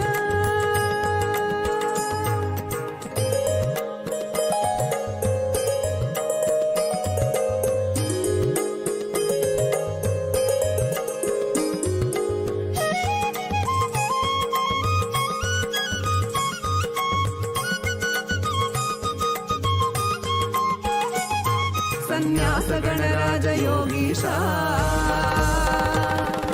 ಅನನ್ಯ ಸಹನ ಗುಣ ಸರ್ವೇಶ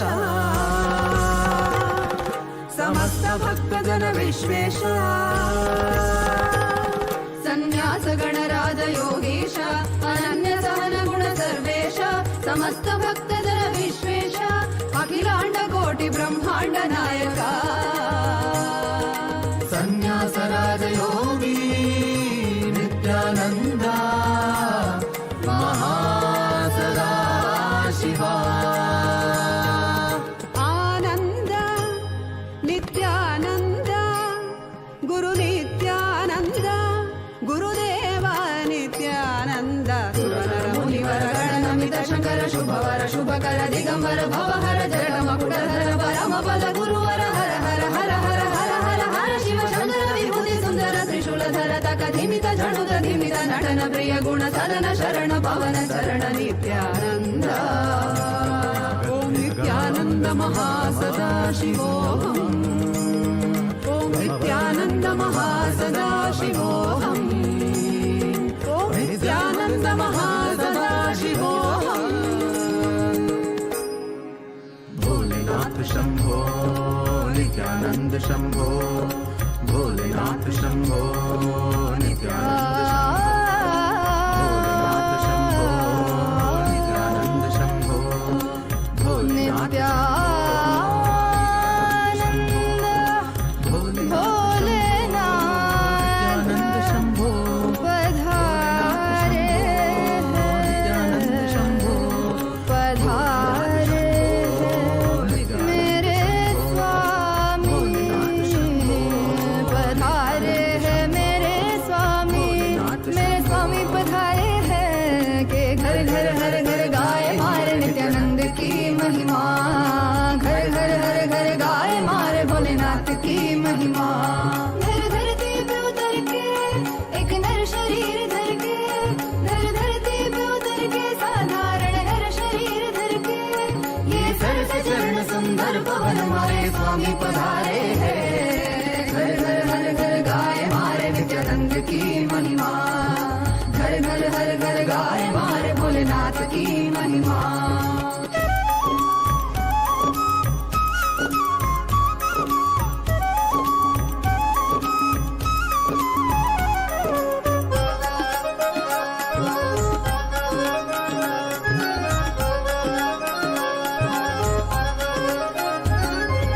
भस्मासुर को वर प्रदान किया रावण को लंका दे दी जिसने भी जो भी मांगा दिल से उसे वो सब दे दी मांगा हमसे कुछ भी नहीं देते गए जो है सभी देखते हैं वो भक्ति कुछ भी उसके सिवा नहीं तेरी ये अनंत लीला समझ न पाए हम मिलजुल के खुल खुल के गाए मारे नित्यानंद की महिमा घर घर हर घर गाए मारे भोलेनाथ की महिमा इस धरती पे उतर के एक नर शरीर धर के ये थके नहीं अभी रुके नहीं मारे स्वामी पधारे हैं मिलजुल के खुल खुल के गाए मारे नित्यानंद की महिमा तू भी धुन सम के गुनगुनारे मारे नित्यानंद की महिमा घर घर हर घर गाए मारे नित्यानंद की महिमा घर घर हर घर गाए मारे नित्यानंद की महिमा नित्यानंद की महिमा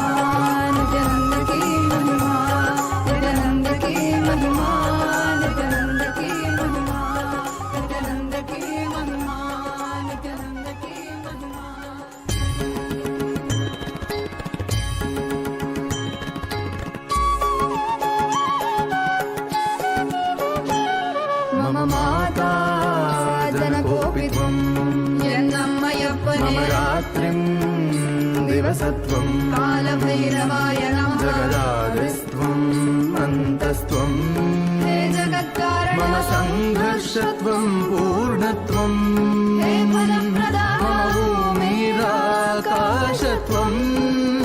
नित्यानन्दा मम सर्वस्वम् नित्यानन्दा मम सर्वस्वम् मम सर्वस्वम्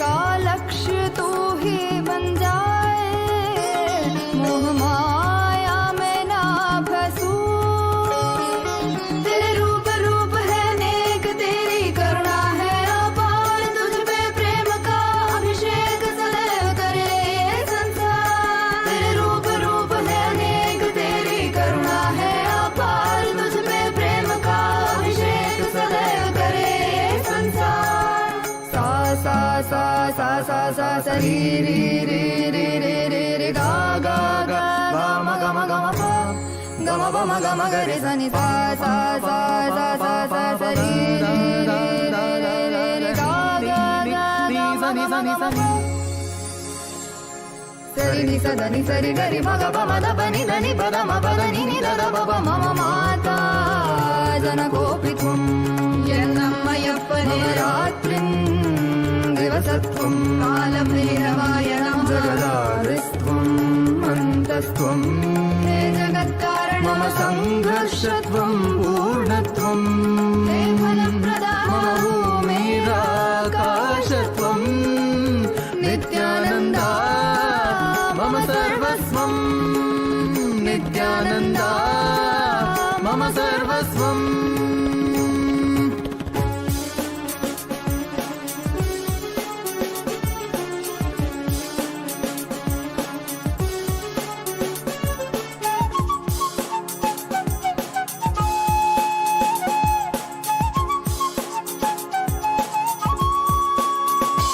सनातन धर्म के उधार सकल जग दुख दैत्य संहार तुझे दो टोके वो अपने मरण स्मरण कर लेना उनकी आचरण सहन करेंगे तू अपनी जन्म कारण पूरी कर ले तेरे शरण शरण में आए हम साथ तेरे हैं हम मम माता जनकोऽपि त्वम् मम माता जनकोऽपि त्वम् मम माता जनकोऽपि त्वम् नित्यानन्दा मम सर्वस्वम् नित्यानन्दा मम सर्वस्वम् नित्यानन्दा मम सर्वस्वम् मम सर्वस्वम् मम सर्वस्वम्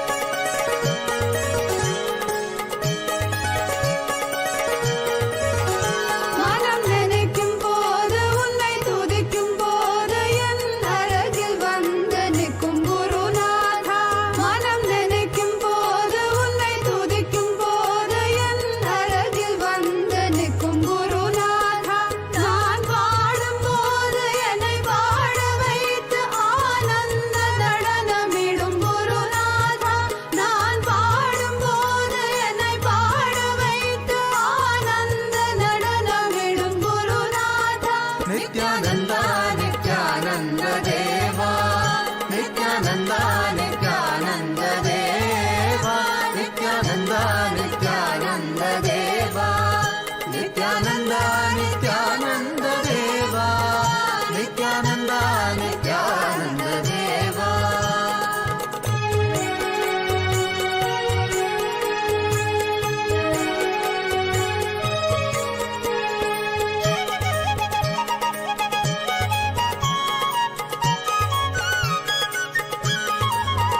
மனம் கலங்கும் போது சோர்வடைந்து போது அருள் சக்தி என வந்து குருநாதா மனம் கலங்கும் போது சோர்வடைந்து போது அருள் சக்தி என வந்து குருநாதா மனம் தளர்ந்து போது நான் பயந்து போது பயம் தெளிய வைத்த எந்தன் குருநாதா மனம் தளர்ந்து போது நான் பயந்து போது பயம் தெளிய வைத்த எந்தன் குருநாதா நித்யானந்த நித்யானந்த தேவா நித்யானந்த நித்யானந்த தேவா நித்யானந்த நித்யானந்த தேவா நித்யானந்த நித்யானந்த தேவா நித்யானந்த நித்யானந்த தேவா நித்யானந்த நித்யானந்த தேவா நித்யானந்த நித்யானந்த தேவா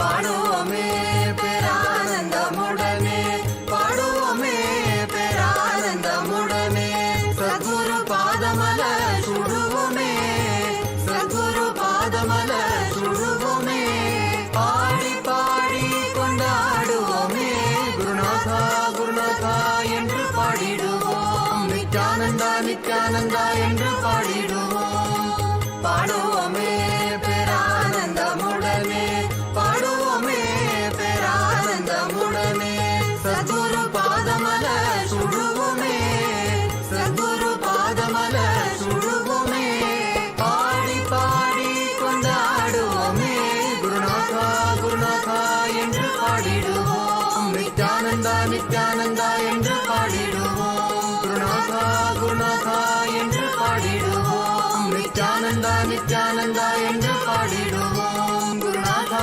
குருநாதா என்று பாடிடுவோம் நித்யானந்தா நித்யானந்தா என்று பாடிடுவோம் குருநாதா குருநாதா என்று பாடிடுவோம் நித்யானந்தா நித்யானந்தா என்று பாடிடுவோம் நித்யானந்தா நித்யானந்த தேவா நித்யானந்தா நித்யானந்த தேவா நித்யானந்தா நித்யானந்த தேவா நித்யானந்தா நித்யானந்த தேவா நித்யானந்தா நித்யானந்த தேவா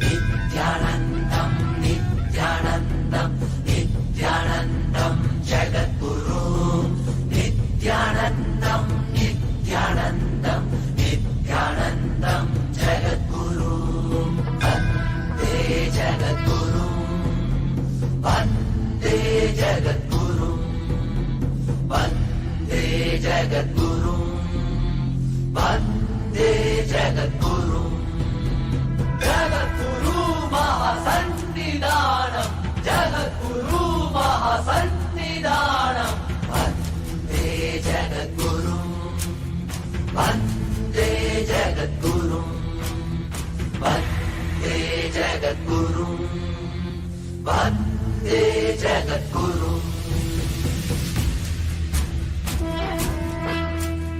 குரு பிரம்மா குரு விஷ்ணு गुरुर्देवो महेश्वरः गुरु साक्षात् परं ब्रह्म तस्मै श्री गुरुवे नमः वन्दे जगद्गुरुं वन्दे जगद्गुरुं वन्दे जगद्गुरुं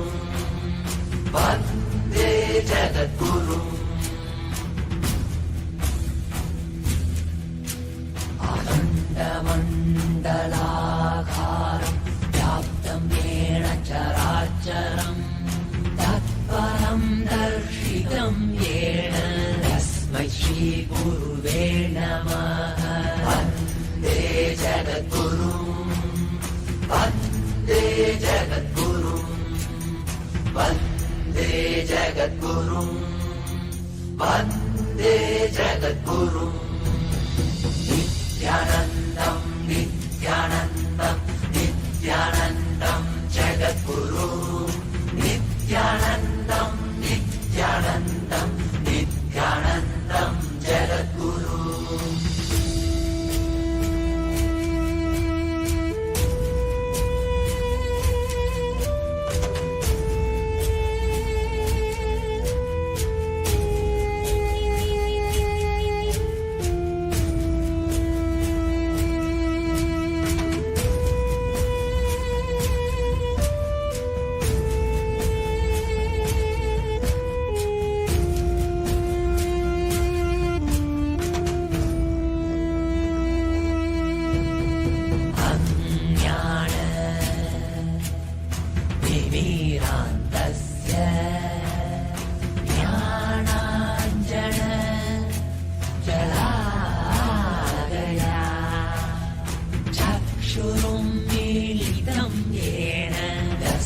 श्रीगुरुवे नमः चक्षुरुं मीलितं येन तस्मै श्रीगुरुवे नमः वन्दे जगद्गुरुम् वन्दे जगद्गुरुम् वन्दे जगद्गुरुम् वन्दे जगद्गुरुम्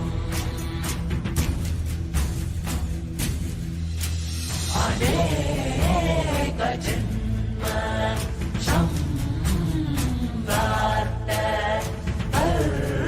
कर्मबन्ध विदायिने अनेक जन्म संवार्त कर्मबन्ध विदायिने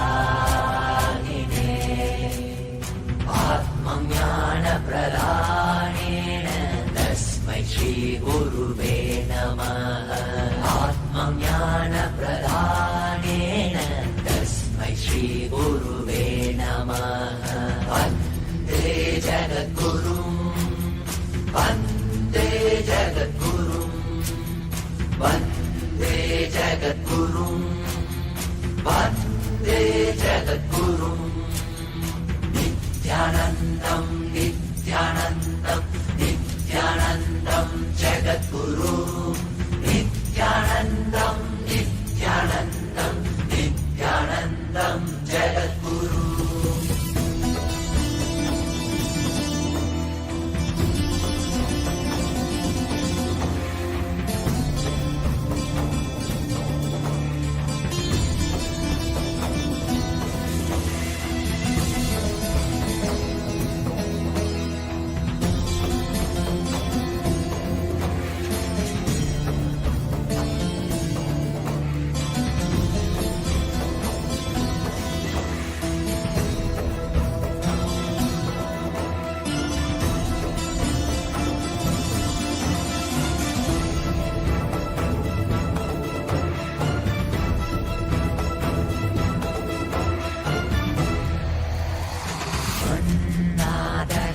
जगन्नाथः मद्गुरु श्रीजगद्गुरु ममात्मा सर्वभूतात्मा तस्मै श्रीगुरुवे नमः वन्दे जगद्गुरुम् वन्दे जगद्गुरुम् वन्दे जगद्गुरुम् वन्दे जगद्गुरुम्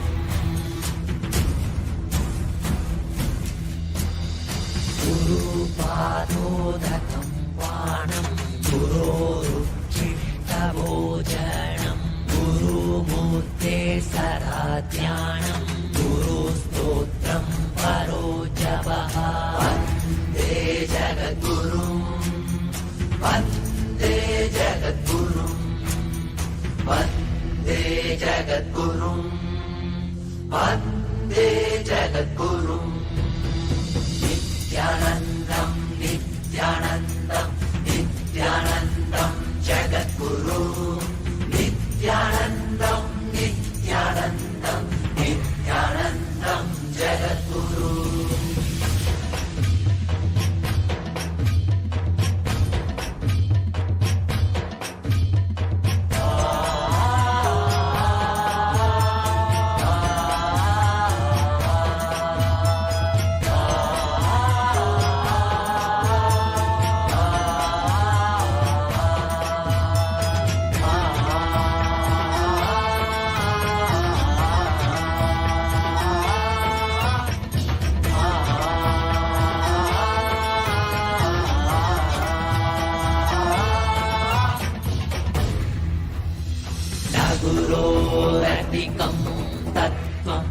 गुरोरधिकं तपः न गुरोरधिकं ज्ञानं तस्मै श्रीगुरुवे नमः वन्दे जगद्गुरुं वन्दे जगद्गुरुं वन्दे जगद्गुरुं वन्दे जगद्गुरुं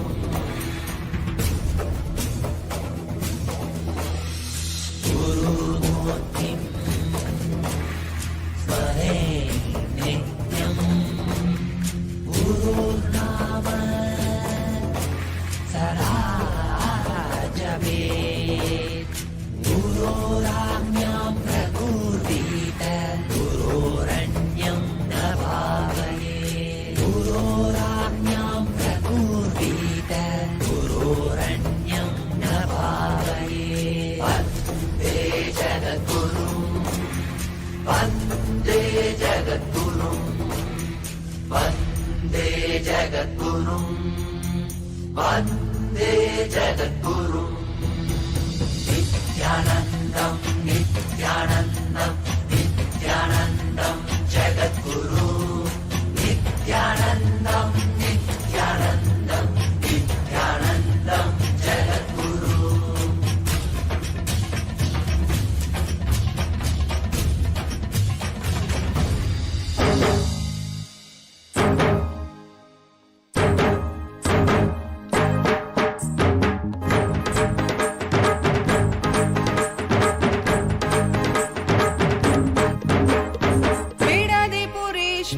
अवतार पुरुष लोकनायकी पुत्र नित्यानंद बीडदिपुरीश्वर अवतार पुरुष लोकनायकी पुत्र नित्यानंद कालातीत मायातीत लोकनायकी पुत्र नित्यानंद कालातीत मायातीत लोकनायकी पुत्र नित्यानंद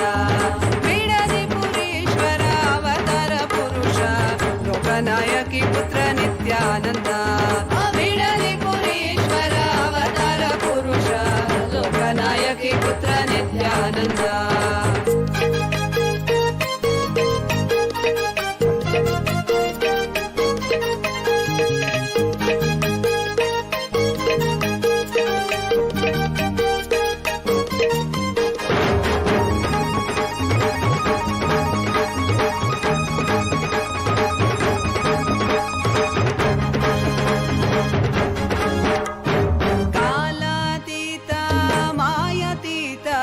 लोकनायकी पुत्र नित्यानंद कालातीत मायातीत लोकनायकी पुत्र नित्यानंद अरुणगिरीश्वर आनंदेश्वर अरुणाचलेश्वर नित्यानंद अरुणगिरीश्वर आनंदेश्वर अरुणाचलेश्वर नित्यानंद बीडदिपुरीश्वर अवतार पुरुष लोकनायकी पुत्र नित्यानंद बीडदिपुरीश्वर अवतार पुरुष लोकनायकी पुत्र नित्यानंद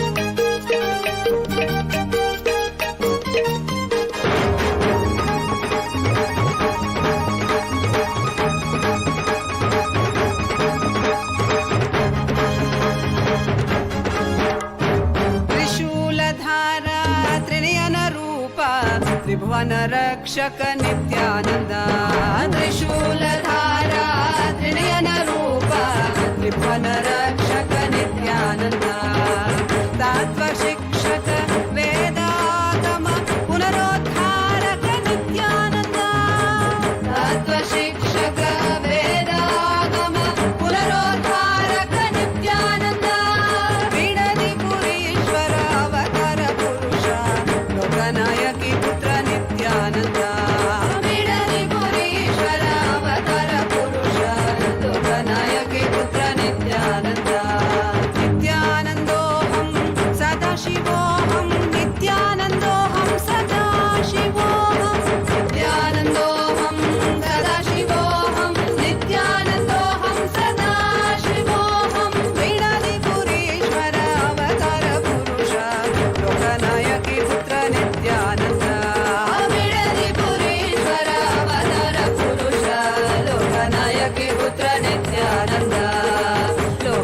लोकनायकी पुत्र नित्यानन्द लोकनायकी पुत्र नित्यानन्द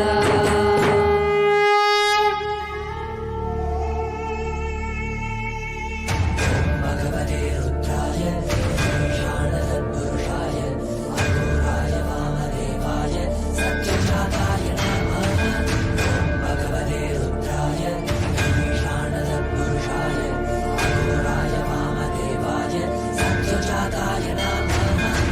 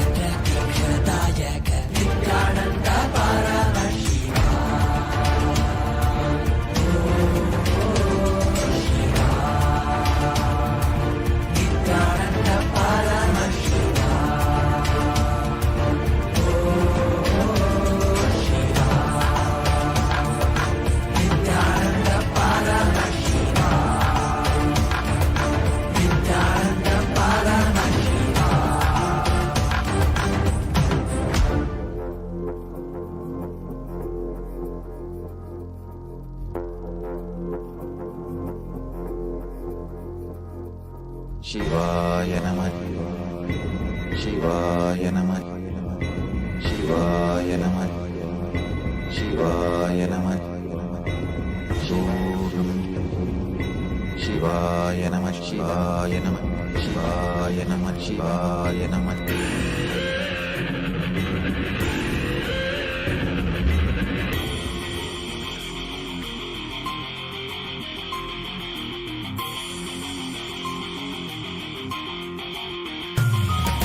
சிவாய நம உபாயம் தரும் அனுதினம் விடாது வினை தொடாது விடும் பணிந்திட சிவாய நம மந்திரம் மறவாத ஒரு நாள் மனமனு சிவாய நம உபாயம் தரும் அனுதினம் விடாது வினை தொடாது விடும் பணிந்திட சிவாய நம மந்திரம் மறவாத ஒரு நாள் மனமனு எம்மையாகின்ற அருணை மலையாடு கருணையில் அருளவாராய் பஞ்சபூதத்தில் ஆட்சி புரிகின்ற நித்தியனே இறங்கி வாராய் தூணிலும் துரும்பிலும் எனதுயிரிலும் நிறைந்து ஆட்கொண்டவா கனவிலும் நினைவிலும் இவை பொழுதிலும் எம்மை காக்கின்றவா தூணிலும் துரும்பிலும் எனதுயிரிலும் நிறைந்து ஆட்கொண்டவா கனவிலும் நினைவிலும் இவை பொழுதிலும் எம்மை காக்கின்றவா தடைகளை உடைத்து எதிரியை ஒழித்து சிவமயமாக்கிடவா தரிசனம் காட்டில் கொடிதடை நாட்டில் நீராணையில் நாட்டில் ராஜாதி ராஜனே சிவாய நம உபாயம் தரும் அனுதினம் விடாத வினை தொடாது விடும் அணிந்திட சிவாய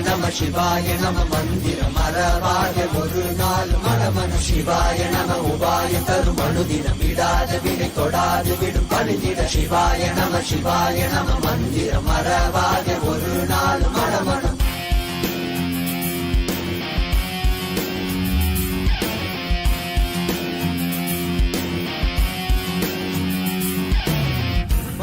Pani zani zari zari zari zari zari zari pani pama pama zaza pani pani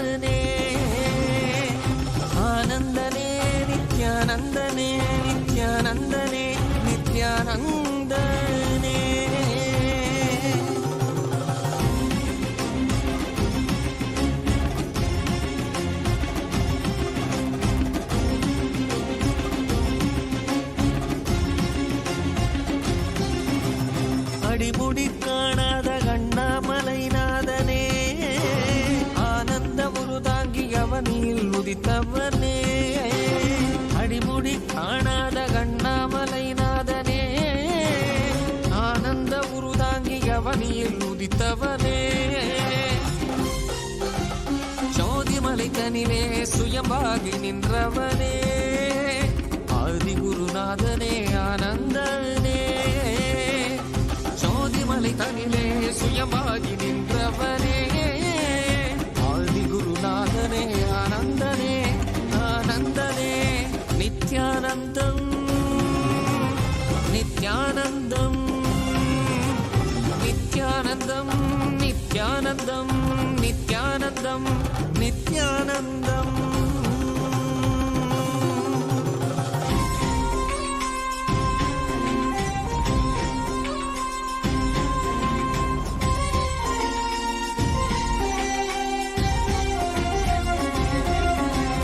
Sampanthan பாடிய சங்கரன் சதா Sivan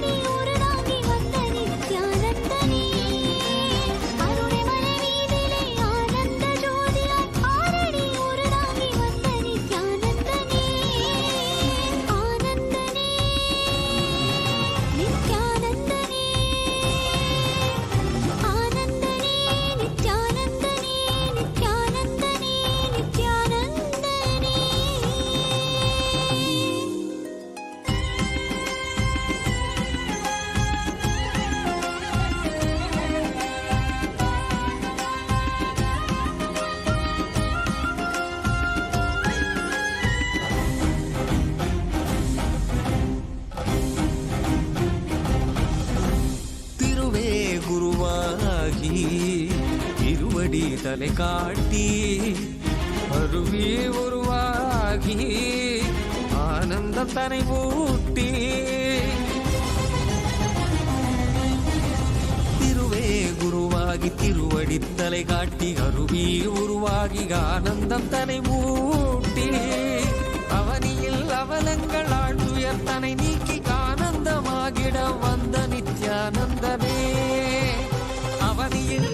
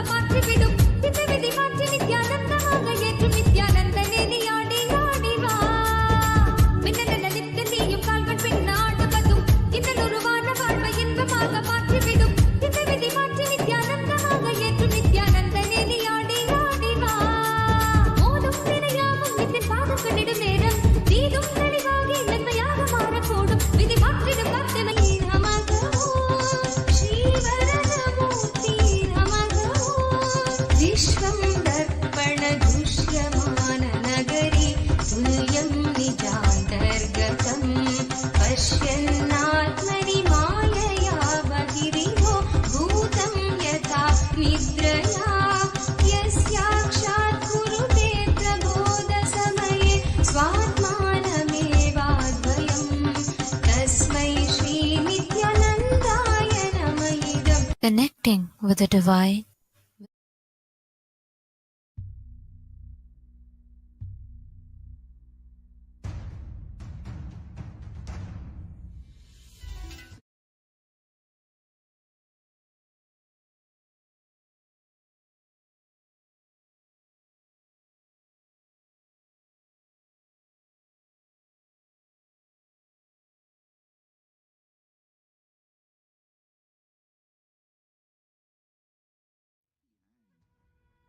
Visualize, meditate, connect with him. He is a living, alive being.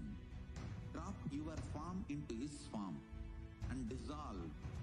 Remember, you are a Sarupya Mukta, means your form is dissolved into his form.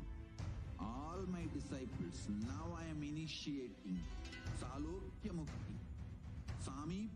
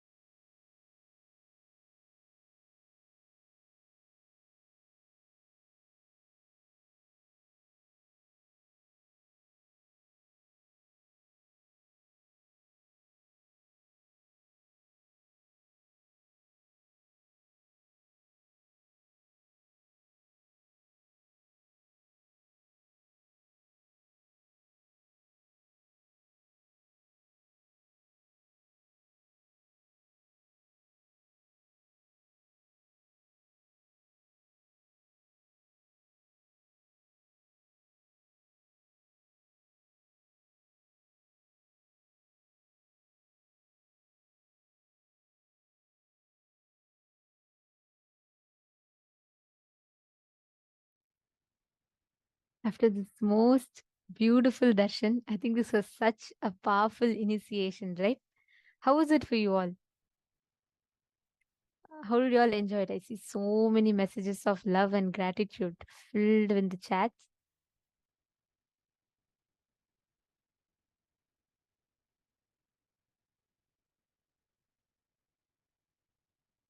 Yes, this was indeed a very, very powerful darshan.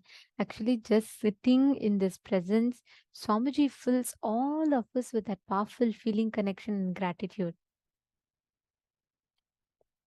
Yes, Ma Hongzu is saying it was healing and blissful, and Ma Meena Haridas is saying it's always gratitude to Swamiji, love and gratitude.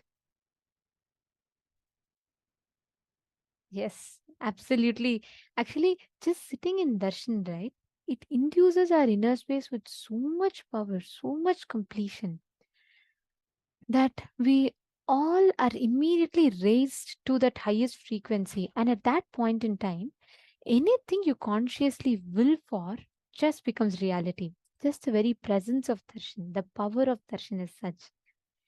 Every one of you, all the Adinavasis, Apat Sannyasis, every one of you that are sitting here and all the participants, right after darshan, Swamiji has infused that powerful inner space in us. Any sankalpa you take, anything you will, the whole energy of your being travels towards that to fulfill that as reality. That is why this space is a very, very powerful space in itself.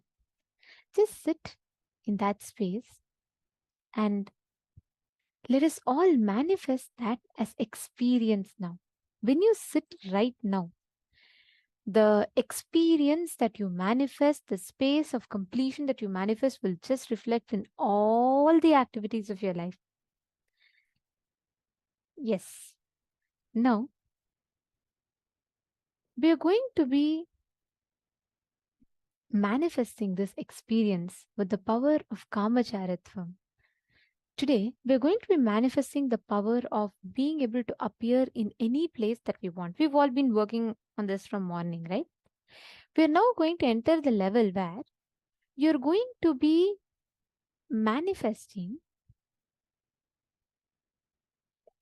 the ability to experience the feeling in the other place. For example, you're going to work on describing the temperature, the ambience, the smell, all the senses you're going to be experiencing of that.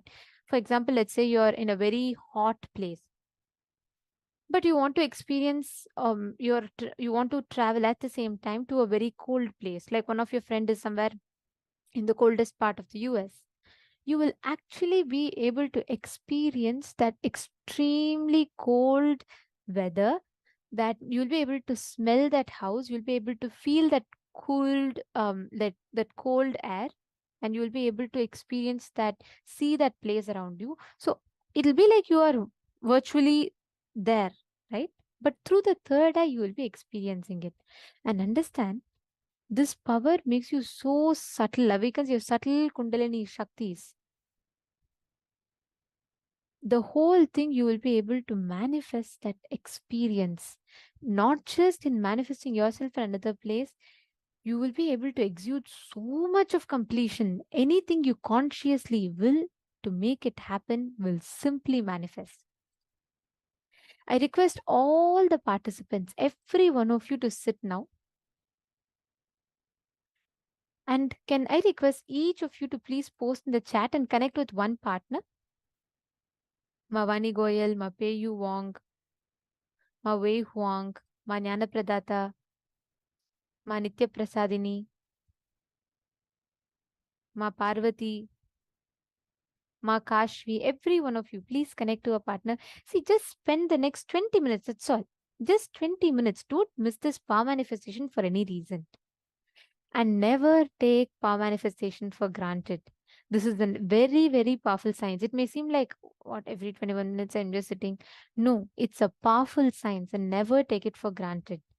I request every one of you here to sit and manifest. Whether the result is happening or not is secondary, but the experience is priceless. Don't lose that. Please sit now.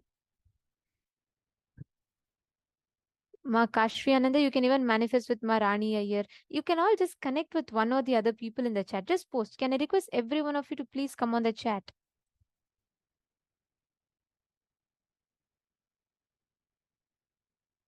Ma Vallini Subaya and Ma Shuwa Shen, Ma Jinhao. Come on, every one of you.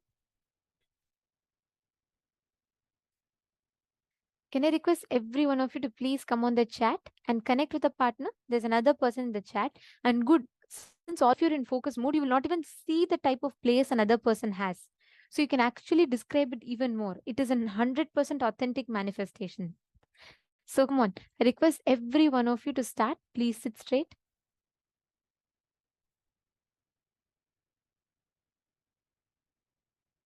See, listen very carefully. The exact process.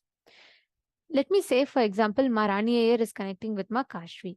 So now, Ma Rani Iyer is going to be scanning what exact place Ma Kashvi is in, the temperature. Like, is it hot?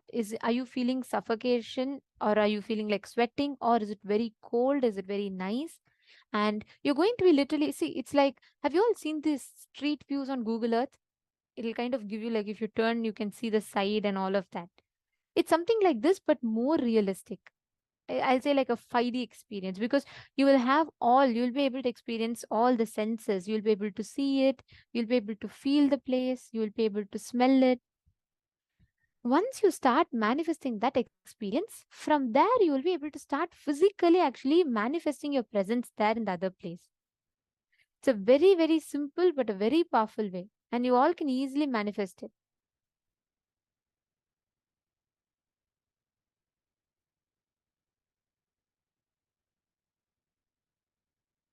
Come on, all of you, please connect. I request everyone to connect here. Ma Zhuan Hu, Ma Weigzhu, Ying Sun, I'm seeing many of you. Can I request everyone, Ma Sillaws, Ma Kalyani, Ma Priyatmananda, Ma Revati, Ma Lalita, Ma Uma. Oh, there's a lot of you. Please, can I request every one of you to connect? Don't skip the next 21 minutes. All of you, please come. Please come on the chat. Ma Prematavasi, Ma Saroja Aplush is there. Ma Yoga Jnana Rupini. Can I request everyone to please post in the chat and connect to a partner, please?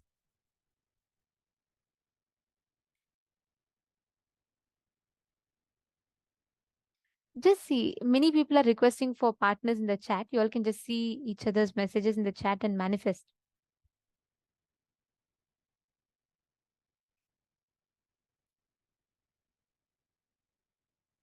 Listen, chant the Mahavakya and you will actually be able to vibrate, experience that reverberation, and you'll be able to manifest in another place.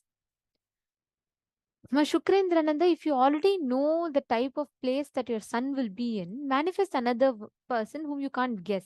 See, the whole thing here is about you experiencing your presence in another place. So if it is a new place that you don't know, it will give you even more confidence. Ma Rani Iyer and Ma Kashvi, are you both manifesting? I think Ma Meena Haridas needs a partner. Ma Nagalakshmi, Ma Revati, Ma Lalita. Can I request all of you to please post in the chat, please? There are many of you asking for partners. Just see the person above you and connect with them.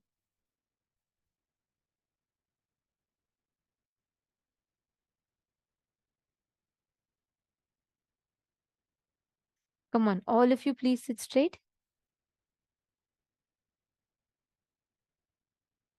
Ma, I also see sometimes participants are sharing your numbers and contact details. I'd like to remind all the participants, please avoid, and if you are doing, it will be at your own risk because these are public program and we will have various different people from various different walks of life, and please let's keep our security and privacy in mind. Please do not share your individual contact details, everything in the chat. It is for your safety. So please let's make sure that we're all taking care and being mindful, because of course we have the digital securities, but still sometimes there is a possibility that people can still come in and you might not have your security guaranteed. So please keep an eye. Yes. No problem, Priyesh. I just want to make sure that there's no security concerns.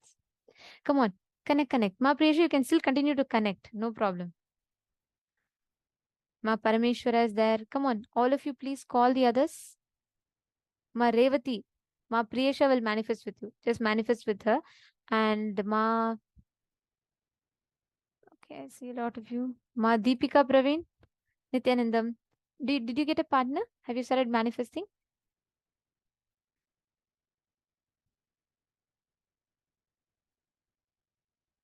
Just connect to them. Start describing the place, the description of the place, experiencing the ambience, the temperature, color, everything. Go on describing it. Chant the Mahavakya and all the Apat Sannyasis also. Please connect with other person.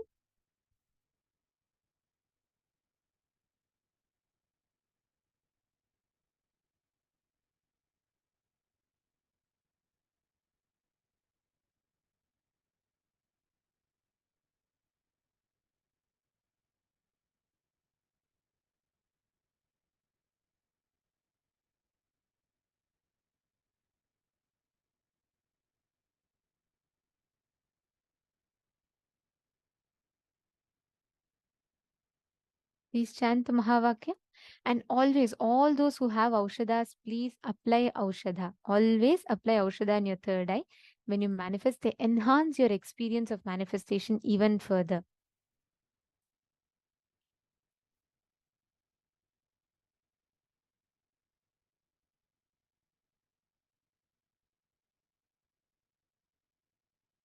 Yes, connect. I'll give you all 21 minutes, okay? Do the complete round, manifest it fully, right? And if any of you have any questions, please feel free to ask. And on the male body side, Vedatma Nandaya, Taksheng Yong, Punidanaya, and Guru Prasadini. All of you, please connect to a partner and manifest. Tekshi Wongaya. And we have just put in the chat itself and connect with others. Balamurganaya, Erez Lizowski, Fabio Bruno, Zach Medaya. Please, can all of you put in the chat and connect with the others?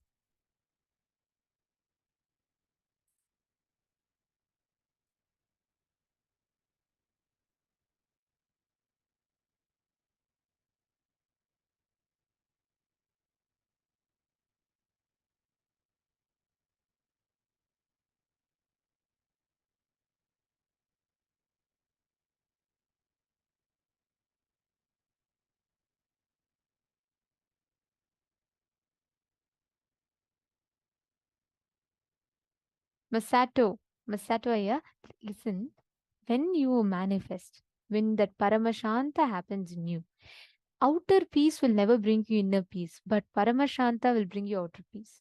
Your inner space will bring more peace outside in your life. So when you sit here, don't worry about anything else. Just sit, focus on building that Paramashanta in you. Prakash Rao, Aya, you and Ma can just manifest. Come on, just sit, connect with each other, and you're going to be scanning, identifying. Understand? Power manifestation will literally help you physically healing and mentally healing and manifesting anything you want in life as well. So, Prakash Rao, Aya, and Ma, both of you, just sit and manifest. Okay? Any power you want, just sit. Never miss power manifestation. It will literally awaken your biomemory. Which place are you attending from, Aya? Prakash Ravaya? If you could please post in the chat.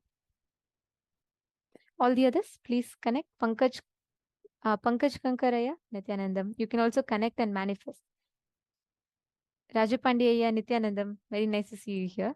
All of you just connect with another partner. Whichever place you're all in, you can scan another person from a different place altogether.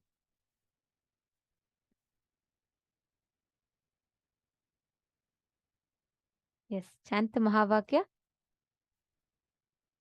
Good. Punidanaya, when you're describing, right? I see you're describing in detail. That's the right thing to do. And more when you're describing, keep manifesting that experience further. Like, for example, try to see how something feels over there. If you can experience the temperature, go to the next level.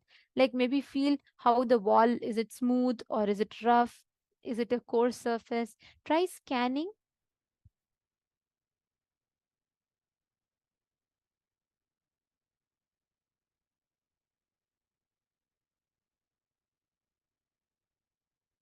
Great. Then Prakash Ravaya, you can just manifest with one more person. Okay, all of you continue to manifest. I see many of you manifesting. That's wonderful. I'll give you all 21 complete minutes. Do not get distracted. Go into complete details, and I request you all to post after you start manifesting. Let's chant the Mahavakya and start the manifestation. Paramashivoham. Om Nityananda. Paramashivoham. Om Nityananda. Paramashivoham. Om Nityananda. Paramashivoham. Om Nityananda. Paramashivoham. Om Nityananda. Paramashivoham. Om Nityananda.